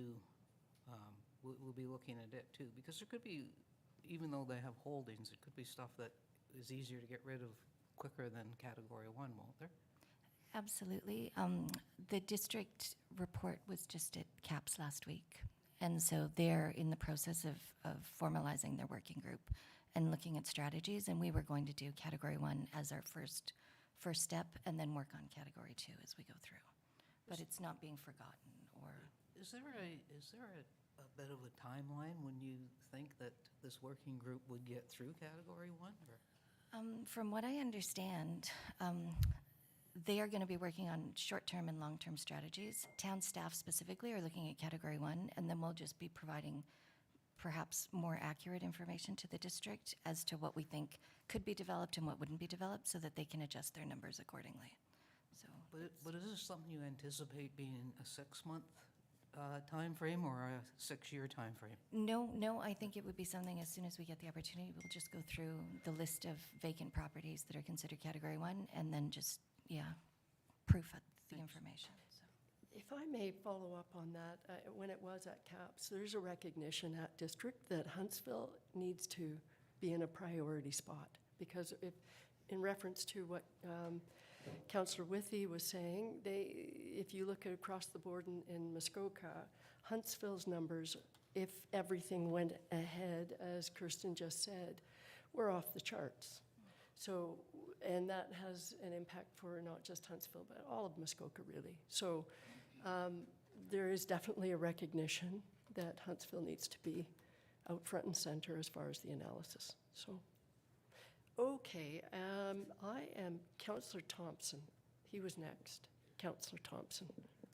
Thank you, Deputy Mayor. And further to, just want to make a comment with regards to Councillor Weeb's question with regards to private developers, creating their own wastewater treatment plants and so on and so forth. There is a development in the Lake Joseph area right now, and being, I think, basically, you can correct me on this, Deputy Mayor, if I'm wrong, but it's being promoted, I think, by a major resort over there. And anyway,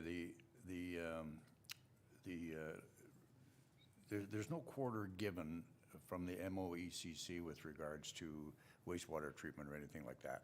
And honestly, the regulations and rules now make everything so incredibly expensive that it would be almost impossible, I think, for a private developer to, look at creating their own system, that kind of a thing. I mean, if you look at just the expansion of Golden Pheasant I mean, that was initially a $65 million addition.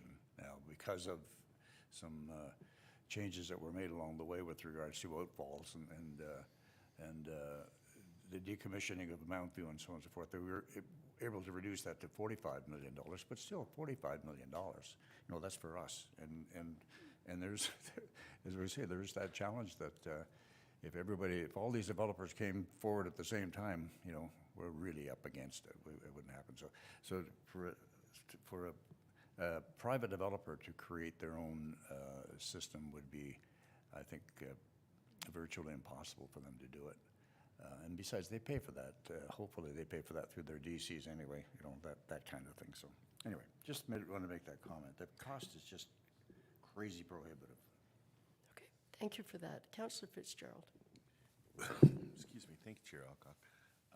In response to Councillor Thompson's comments, I think the district stopped allowing that to happen because they ended up owning some private systems which could not be supported by developers or private industry. And so you'll find all throughout Muskoka, there's private water systems, private septic sewage treatment systems that they've had to assume, and they're still holding the bag running them. So. Okay, I apparently neglected to read the motion, so I'm about to do that now that I think we've had all of the comments. So I have a motion moved by Councillor Stone, seconded by Councillor Wiebe. It is recommended that committee requests the District Municipality of Muskoka review Huntsville's water and sewer capacity allocation limitations and strategy as a priority. So with that, are there any questions with respect to this report? I think, Maxine, you've already had your opportunity to speak to this. So I can't ask a question just about availability? Not really, because, thank you. And that's exactly what you can do. You can follow up with any one of us or with staff at another point, okay? Okay, thank you. With that, I am going to call the question. All those in favor? And thank you very much. That passes all around. Thank you, Kirsten. So we are now moving on to our last item under Development Services, and we do not have a recommendation with this. It's an update on the Climate Action Plan. Thank you, Chair Alcock. As Council knows, we have been participating in a district working group working towards creating a regional climate adaptation plan as one of the next steps of the district's climate mitigation plan that they adopted. So what we've been doing is the working group has been meeting regularly to go through and prioritize actions that they feel are things that could be implemented Muskoka-wide that would work towards adaptation goals. So at this time, I think there's about 34 actions that we are working on trying to customize for Huntsville specifically so that each area municipality has a more tailored adaptation plan that we can take and use as compared to just the district-wide plan. So we are working on that currently. Our version of it will be submitted to the district because they have a grant through ICLEI, and so they have to meet certain timelines through ICLEI, with the understanding that they are not council approved yet because of the timing with the election and all the rest of it. It's just not working out properly the way we'd like to see it happen. So we'll be providing them with a draft version of adaptation items that we can work on, and then they will work on writing the full plan, and we should have something in January that would be able to come back to council for review at that point. Thank you for that. So in essence, as you just said, the staff are preparing a response, but everything will come back. Absolutely. And for the new council, it will be actually quite exciting to start working through those recommendations as they pertain to Huntsville. Okay, thank you. Are there questions from committee with respect to that? I don't see any. I think you're off the hook. Thank you. And with that, I'm going to turn it back over to Her Worship. Thank you, Deputy Mayor Alcock.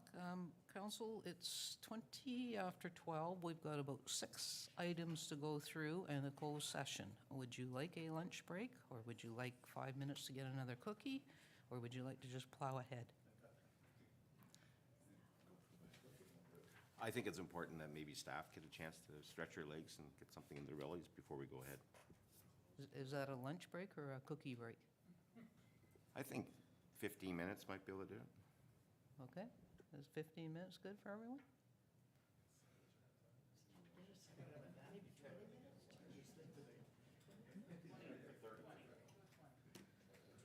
Okay, it's 12:22, we're back here at 20 to 1.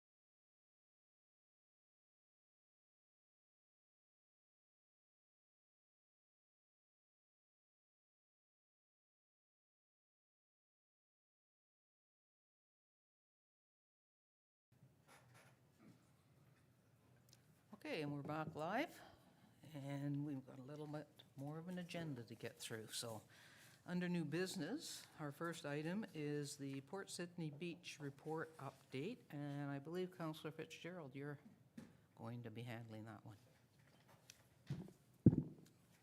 I was under the impression, Your Worship, that Tarmo was going to give us a verbal report on that one. Okay, let's have our CAO handle that. Thank you, Your Worship. So just to inform Council, we did have a question by a member of the committee about the status of the Port Sydney Beach report. As committee will recall, we did do a public consultation. I believe it was last year. I don't think it was in the spring, but it's most recently we have done a consultation. So we did have an inquiry on the status of that report. So Director Ukivi has looked into it. Obviously, he's picked up another portfolio, and he has found a lot of the notes and a lot of the public comments. The issue is that we really didn't have a lot of feedback with respect to the public consultation, and in discussions with Director Ukivi, who, once you realize he can expand, he's suggesting that perhaps we do further public consultation, more of a formalized consultation on the Port Sydney Beach. So as you're also aware, the Community Services Master Plan and the Waterfront study were done together. And yes, this is the update on the Port Sydney Beach. So what has been suggested is that since we do have the waterfront study done and the recommendations contained therein, that a further public consultation take place regarding recommendations. And some of the things we heard was the expansion of the beach. They wanted the mooring of the boats addressed, things such as that. So it is still a work in progress. But as the council's aware, we're just short a few positions right now, so we're just trying to prioritize the issues. So I'm not sure, Madam Chair, if we forward it to Director Ukivi, or I think I've covered it all, but I've talked about the public consultation and reporting back. So unless there's any further questions, thank you. Councillor Fitzgerald. Thank you, Your Worship. And I guess I was the member of the committee that did request an update. I have a lot of constituents that are asking about the report, and there was a lot of input, and we had quite an extensive meeting at the beach with, I would say, probably 35 members of the public. So just want to ensure that we haven't lost sight of the goal there. There was a lot of positive input, and also that we should consider the Love Your Lakes assessment of the beachfront property and incorporate that in the proposal when the staff report does come. Okay. Next item of new business is the Ferry Vista Trail winter use. Councillor Stone, did you ask for that to be added to the I agenda? did, actually. I got contacted by a constituent that loves trying to stay active and loves the Ferry Vista Trail and says, is it possible to have it usable through the winter? And I said, well, seems perfectly reasonable to me. We're trying to encourage active transportation, and so I would need to know more. Is it just packing the snow down? Is it actually plowing it? I don't know if it's possible, but I said I would bring it to committee and see what we can find out. Councillor Weeb. If I may, thank you, Your Worship. I was also contacted back in the summer, actually, about this Ferry Vista Trail. And I believe the way I forwarded it to staff was to say, we're going to have to probably consider this in budget time, right?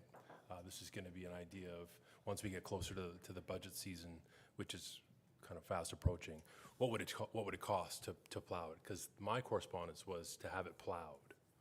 So that was that was how I understood it. So that would be the comment I would add to this discussion, that plowing would be a significant, I think, service increase, but nonetheless, we should maybe consider it.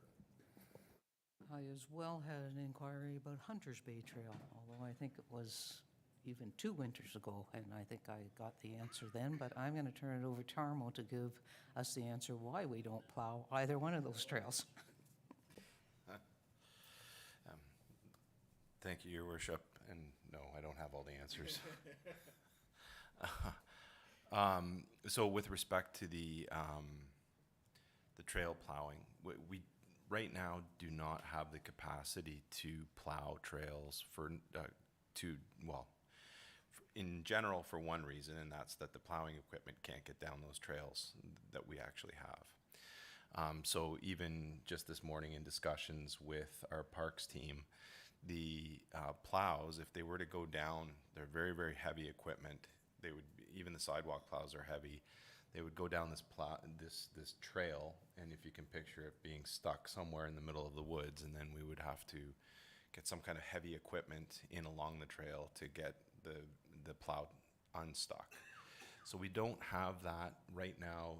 Clearing of those trails would be a very manual process, very labor intensive, and what we would end up having to do is prioritize whether we do trails or sidewalks, but we wouldn't be able to do both, given the equipment and manpower we have with the town. The other option, or the alternative, is to actually have a contracted service do some of that work for us, but we wouldn't be able to do that for all of the trails in the town, because some of them, we wouldn't be allowed to push snow into certain places because of, for example, the MTO corridor. We're not allowed to push snow onto those corridors and so forth. So that's where it sits at this point in time. We can consider looking at what we can do with trails going forward. But as Councillor Weeb rightly pointed out, that would probably be a longer discussion budget-wise and how we could facilitate that work. Councillor Thompson? Yes, thanks, Your Worship, and through you to Tom. I think I'd be really hesitant to approach either one of those trails for winter usage simply because of the damage that could be done. You know, once you have a snowpack on top of them, of course, then you've got some insulation with regards to the base and so on and so forth. And in Hunters Bay Trail, you've got asphalt as well. And once you expose that to the winter frost and so on and so forth, I think we're opening ourselves to, you know, a great deal of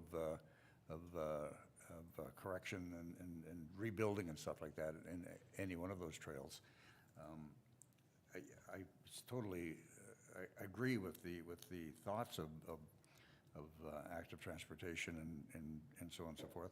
We provide that to some degree, and I think we've done a good job with Conroy Park and the Lions Lookout Field and so on and so forth. Those were extremely well utilized this past year, and not causing any damage to the substructure of the sidewalks or the field itself, type of thing. So I think if we're going to pursue that, then we should be looking at alternatives to those two trails, simply because I think the damage that could be done long term, I think would be a real problem, I think, long term. Councillor Armour? Thank you, Worship. I have to agree with Councillor Thompson on this, that I think that the frost would come up through and it would heave and probably break up. But I think maybe we promote, if anything, maybe cross-country skiing or something on them and open that up for winter activities. Deputy Mayor Alcock. Thank you, Your Worship. I'm glad I just heard that last comment.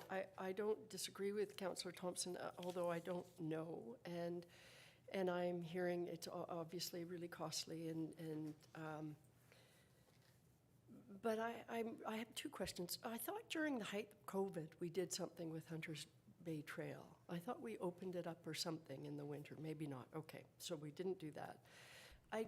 To me, I look at those, the infrastructure that we have with Hunters Bay Trail and Ferry Vista, and I think just to leave it in the winter when we have a really active community. So the idea of opening it up to cross-country and grading it for something like that, I think at the very least we should consider that when we're looking at the costs, because there would be a lot of people who would use those trails for cross-country.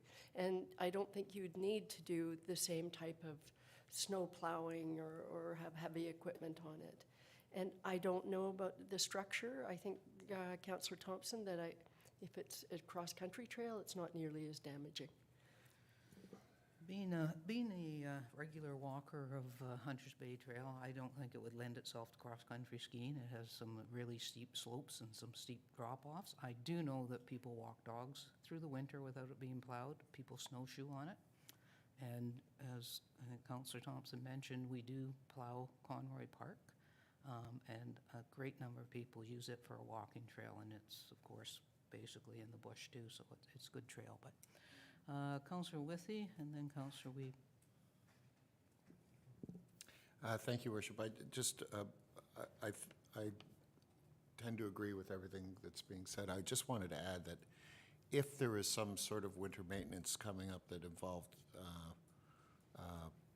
private contractors, that would be probably next to impossible because of insurance issues. The market is virtually closed to snow plowing operations anyway. I had somebody in my office yesterday desperately looking for a solution to, and it's a really tough market out there to get anybody to do it. So if we were going to try to find a contractor to do it, I think it would be impossible, which means it's going to hit our already extended resources to do that kind of thing. Councillor Weed? Thank you, Your Worship. I think I'm going to circle back with the Chamber of Commerce because they've acquired a few years ago some equipment, drags, to plow for outdoor use, as in fat bikes and other multi-use trail type things. So I think what we'll do is maybe have a offline discussion about what other potential uses we could have for that equipment and where we could use it. And to the point made earlier, it may not necessarily be best to put it on established trails, but to create new ones and allow people to go out to, whether it's Macaulay or elsewhere, just to be able to use, to be more active and have more opportunities to just get outdoors and enjoy the outdoors this winter. So, Madam CAO? Thank you, Madam Chair. So I think we should also remember that we do maintain the Lions Lookout Field as well. That was a new addition to our network. We also do have Muskoka Heritage Place open that I do believe that individuals can walk through if they need to. So maybe we just need to do a little bit of a better job advising residents that those are options that we do maintain throughout the winter season. So we've got Conroy Park, MHP, we have the Lions Lookout Field, we have the indoor track, which is great if it's really icy. So I think maybe we can just focus on doing a better job in promoting those. Sure.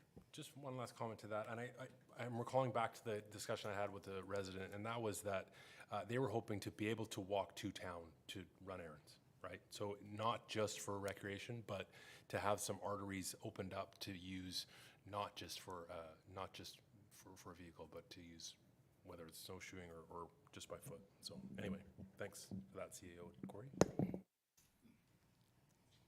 Okay. Third item of new business, Sealy's Road street sign on unassured portion, unassumed portion? Councillor Armour, is that yours? It certainly can be. Okay. I was approached well over a year ago by one of the residents there that they had no road signs in there, and it separates. If you look at the road map, you can see it on the map. So this summer they had an emergency event happen along the waterfront there, and when they called for emergency vehicles come through, they missed the turn and all went directly by. They had to run out and get them to turn around. So they came to me and requested that we put in a regular road sign in there and actually name the roads. So in the case of an emergency, the ambulance or fire department or OPP know directly where to go. So I passed it on to Tormo, and he looked into it. Okay. Tormo, do you want to speak to that, or is that possibly why Margaret's here? No, okay. Your Worship, that's, I will speak to it. Margaret's here as backup for me. Okay. Should probably be the other way around. So we're looking at this issue. This has been dealt with for over a year. There was some confusion about private property versus unassumed roads, but when I've done kind of an evaluation of it, I don't think it should really matter whether it's private or unassumed or what the classification of the roads are. From an emergency services perspective, we definitely need these roads identified by name, and it doesn't place the town in a position where it's going to have to start doing maintenance or anything like that because we put a street sign up saying what the name of the road is. It's a very minimal cost to put this sign in place. And the downside risk would be if emergency services are delayed, then there could be a potential position of liability for the town because we did not sign it. So what I would suggest is that we just go ahead and put up the signs wherever they're required to identify what the names of the roads are. Okay. Questions? And you do not need a motion for that, that's within your operationals. Okay, perfect. Port Sydney Rapids signage and life-saving equipment, and I do have a motion before me, which I'll read, and I'm not sure who's speaking to this one, but moved by Councillor Schumacher, seconded by Deputy Mayor Alcock. It is recommended that the town of Huntsville respectfully request the MNRF to replace signage at the Port Sydney Rapids with clear and precise wording, alerting the public to the risk associated with water activities at the dam. And further, that life-saving equipment similar to town devices at our beach locations be provided by the MNRF as a public safety measure. Councillor Schumacher, are you speaking to it, or Councillor Fitzgerald? Okay. Thank you, Your Worship.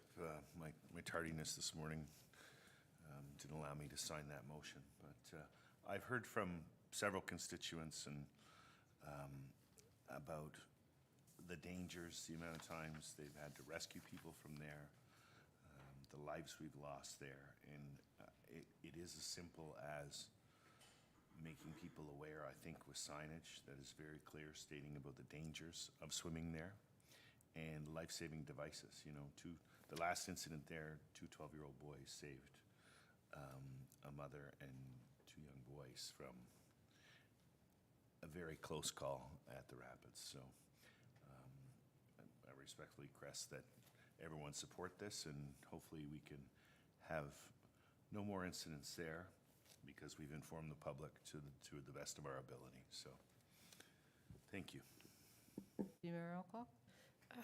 Thank you, Your Worship. I absolutely support this. I have also heard from a couple of residents, and who actually, one of them was from out of province, and she was with a friend who, whatever, and she was stunned that there was so little signage, and what she saw as a dangerous spot, and people who were visiting and tourists who have no idea.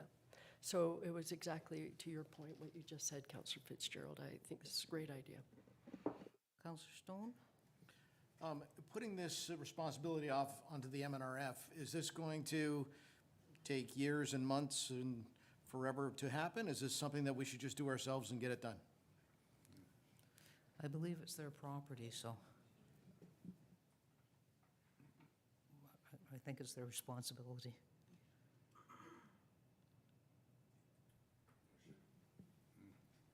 Councillor Fitzgerald?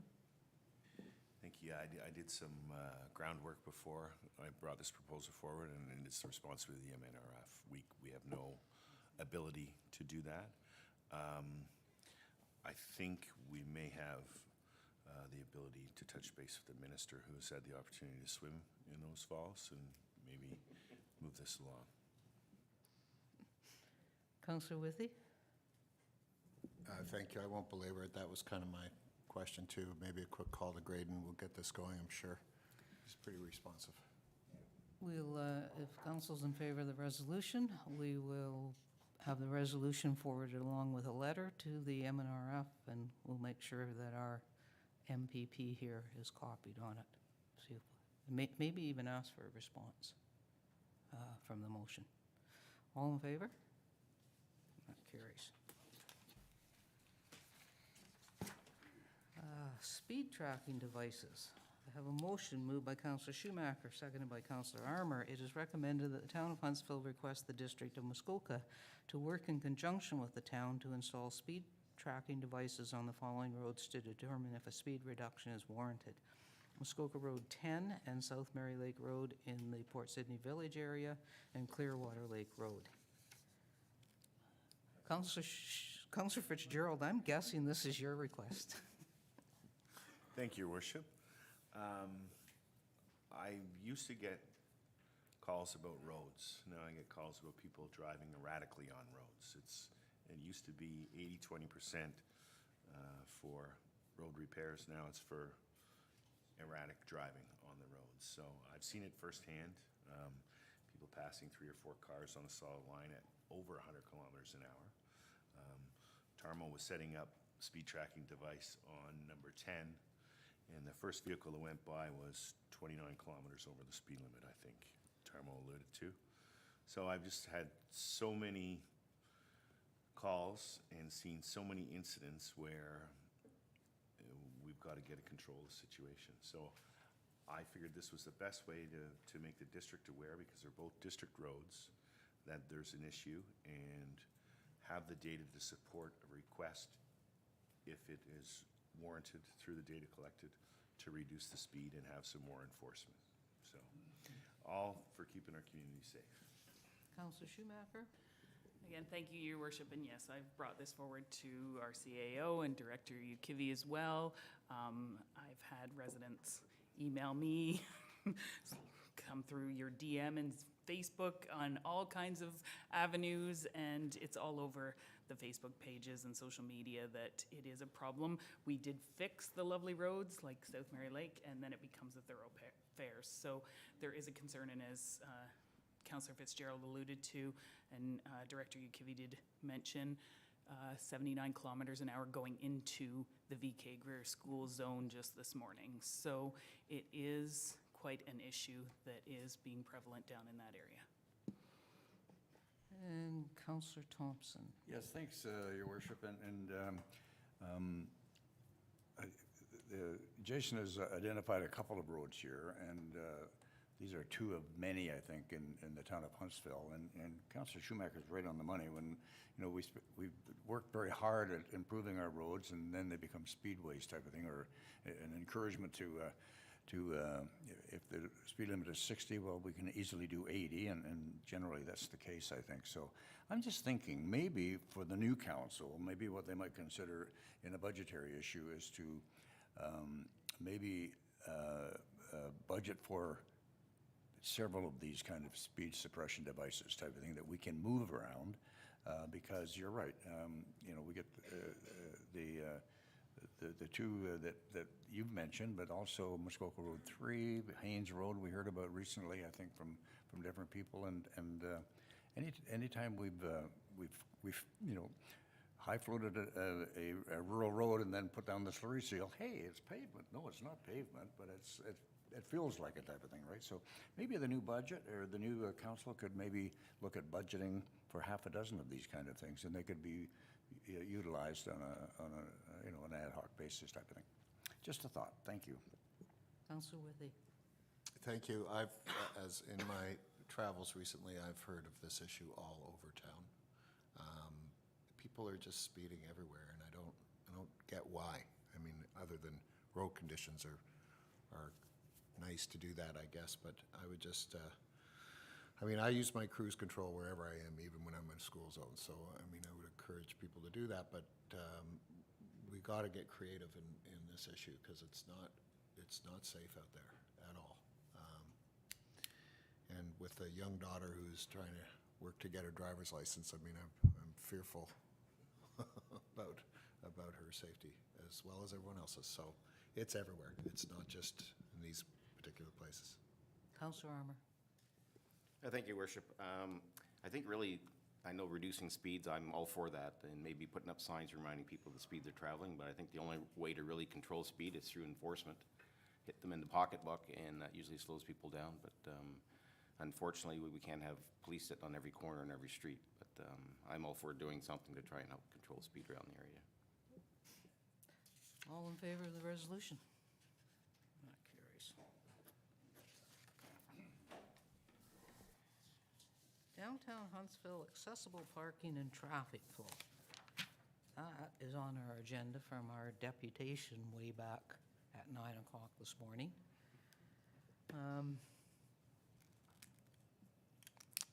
Tarmo, I guess I'll put you on the spot first if there's anything that you would like to advise from that conversation this morning.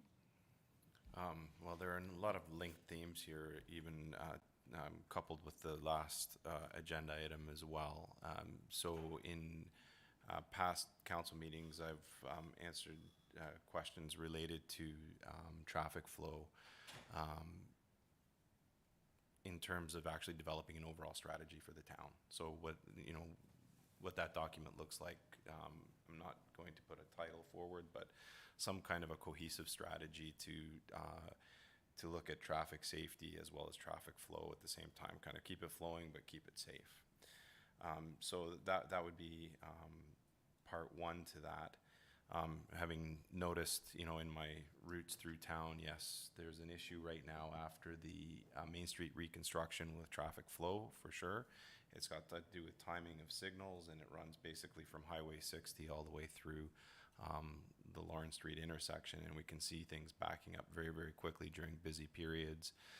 And a lot of it has to do with the timing of pedestrian crossings. So you'll notice at the intersection of Main, King William, Chaffee, and Ferry, at that 4th Street name intersection, as soon as a pedestrian hits the signal, it changes the lights. So that's a timing issue. That needs to be worked out with the district. That is kind of the district's portion of it, and I've already opened that line of communication with the district transportation people. The accessible parking, I was in on the accessibility committee meeting yesterday. No problem looking at where we can move accessible parking. The discussion around the accessibility committee meeting was to move one of the existing accessible parking spots down to near the intersection of Main and Burnell.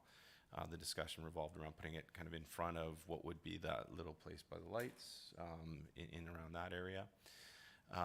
And then we can go from there in terms of looking at whether we want to increase the number of accessible parking spots, and through the discussion this morning, using different types of parking spots designated for the elderly and so forth. So all of those are possibilities we would have to bring back to council for approval and work from there. Councillor Stone. Thank you. And if I can ask you to also keep in mind the loading zones for the businesses down that area, it's hugely important, and we've lost a loading zone already, so keep that in mind with the whole package. Councillor Schumacher. Thank you, through your worship. And yeah, I know Director Ukivy did mention that. He's going to work with the BIA, because we also have to look at, when we increase these spots, it's also looking at the cutouts and all of those different pieces. So I know it is also going to be a cost. Councillor Weed. Thank you, Your Worship. I'm going to say this for the last time as a councillor, and that is we should consider one-way flow of traffic to the south of Town Hall for increased parking and for better traffic flow. Because if you have a driver's license, one-ways aren't a problem.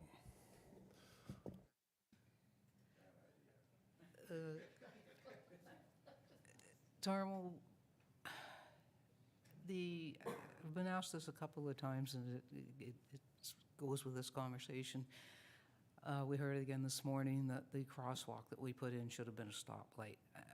I seem to recall that there's not enough room between Centre and Burnell for another set of stoplights. But I'm always reluctant to tell people that, because I like to hear that that's actually accurate first. So from my current understanding of this, I have to confirm everything. My current understanding is that, yes, it would mess up the timing between the two sets of traffic signals, so by putting in a third. So we would have a timing issue to work out. I don't know that that's the be-all and the end-all in terms of the answer, but that's largely what the issue revolves around. So I would assume we've only had Main Street completed since, sometime in July. I take it we're monitoring everything to work out the bugs and the kinks, and that hopefully next April things, we can recall consultants said traffic moving slowly through your downtown is a good thing, not a bad thing. So, I don't know if the traffic flow, I guess if it gets to a standstill because of the lights, it's one thing, but. So I guess we're just gonna leave it as it's on our radar now, it's on the accessibility committee's radar, and we'll let the new council do Do we need something. anything to address extra spots, or are we okay with the one? Because I know accessibility was to move one to the other. Are you okay with, what their direction is? Does the district have to weigh in, because it's a district road, on the number of accessible spots? Not on the actual parking. So parking is actually town's responsibility, and we can set up the parking. And when it came down to it, the answer is, like, we went to the district to say, when can we get the no parking signs in and the parking permitted signs in, and they said, no, that's a town issue, you guys deal with that, and you paint the lines however you would like it there. So we are responsible for parking 100%. So you can look at more than just moving a parking spot, you could look at just adding one. So the addition, I would say, is probably a service level change or a service delivery change, so we would have to have that discussion here, like it would be a change in how we do business downtown. Whereas the moving of the actual where the accessible parking, existing accessible parking without changing the number of them wouldn't change anything from a business perspective. It would just improve it for accessibility. Deputy Mayor Alcock? Thank you, Your Worship. And I think to follow up on that, and with the members of the Accessibility Committee, what I'm hearing is that was something that they almost recommended, that move from the one space to the other. And if that was their recommendation, I think that sounds like a good idea, and we should just go ahead with that. And you're saying, Tarmo, you don't need a council resolution to do that because we're not, right, okay. So I would support that for sure. Hang on just one sec. I'm going to ask the clerk to speak to the procedural process on this. Thank you, Mayor Terziano. I am hearing some questions about whether we should be passing a motion or what should happen if you're requesting additional spaces. Because General Committee is a committee of council, and Accessibility Advisory Committee is also a committee of council, we shouldn't have two motions on the same matter. Therefore, if you're looking to increase the numbers, I would recommend that perhaps the chair or vice chair of accessibility pull that motion at council when it gets at the council table, and perhaps you could look at increasing it at that time. But I just wouldn't recommend having two motions on the exact same matter. We knew there was a reason you were here. Councilor Armour, did you still have another question, or? I was going to say something along those lines, just not as well, but we do have a motion coming for the next council about moving the one already, so I think that it would conflict and So we made it cloudy a little bit, so. We can pull that and deal with that separately at council. Perfect. All right. I have a resolution moved by Councillor Weeb, seconded by Councillor Withey. It is recommended that the next portion of the meeting be closed to the public commencing now at 1:17 p.m.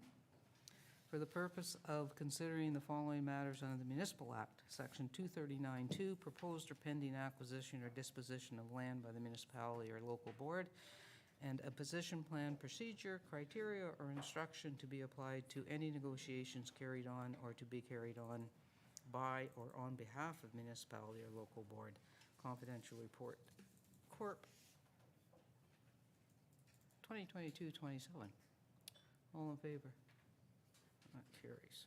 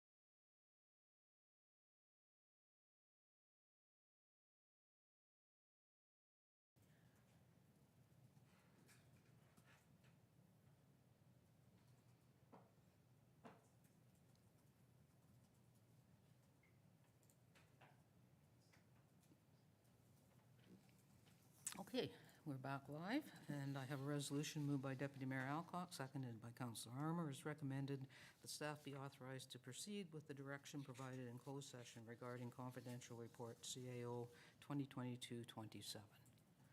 All in favor? That carries. And of a resolution moved by Councillor Withey and seconded by Councillor Wiebe, it is recommended that we do now adjourn at 1:43. I'm going to do a shameless plug for the turkey dinner this coming Saturday, because we are able to finally get back at it for Port Sydney Hall. Come on out the 1st of October, and it's $18 for an adult, $10 for a child, 12 and under, from 3:30 to 7:30 on Saturday. Come and enjoy your turkey dinner. Thank you for that. All in favor of the motion to adjourn? And that carries. Thank you, council, and thank you, staff, and that is our last general committee meeting of this term of council.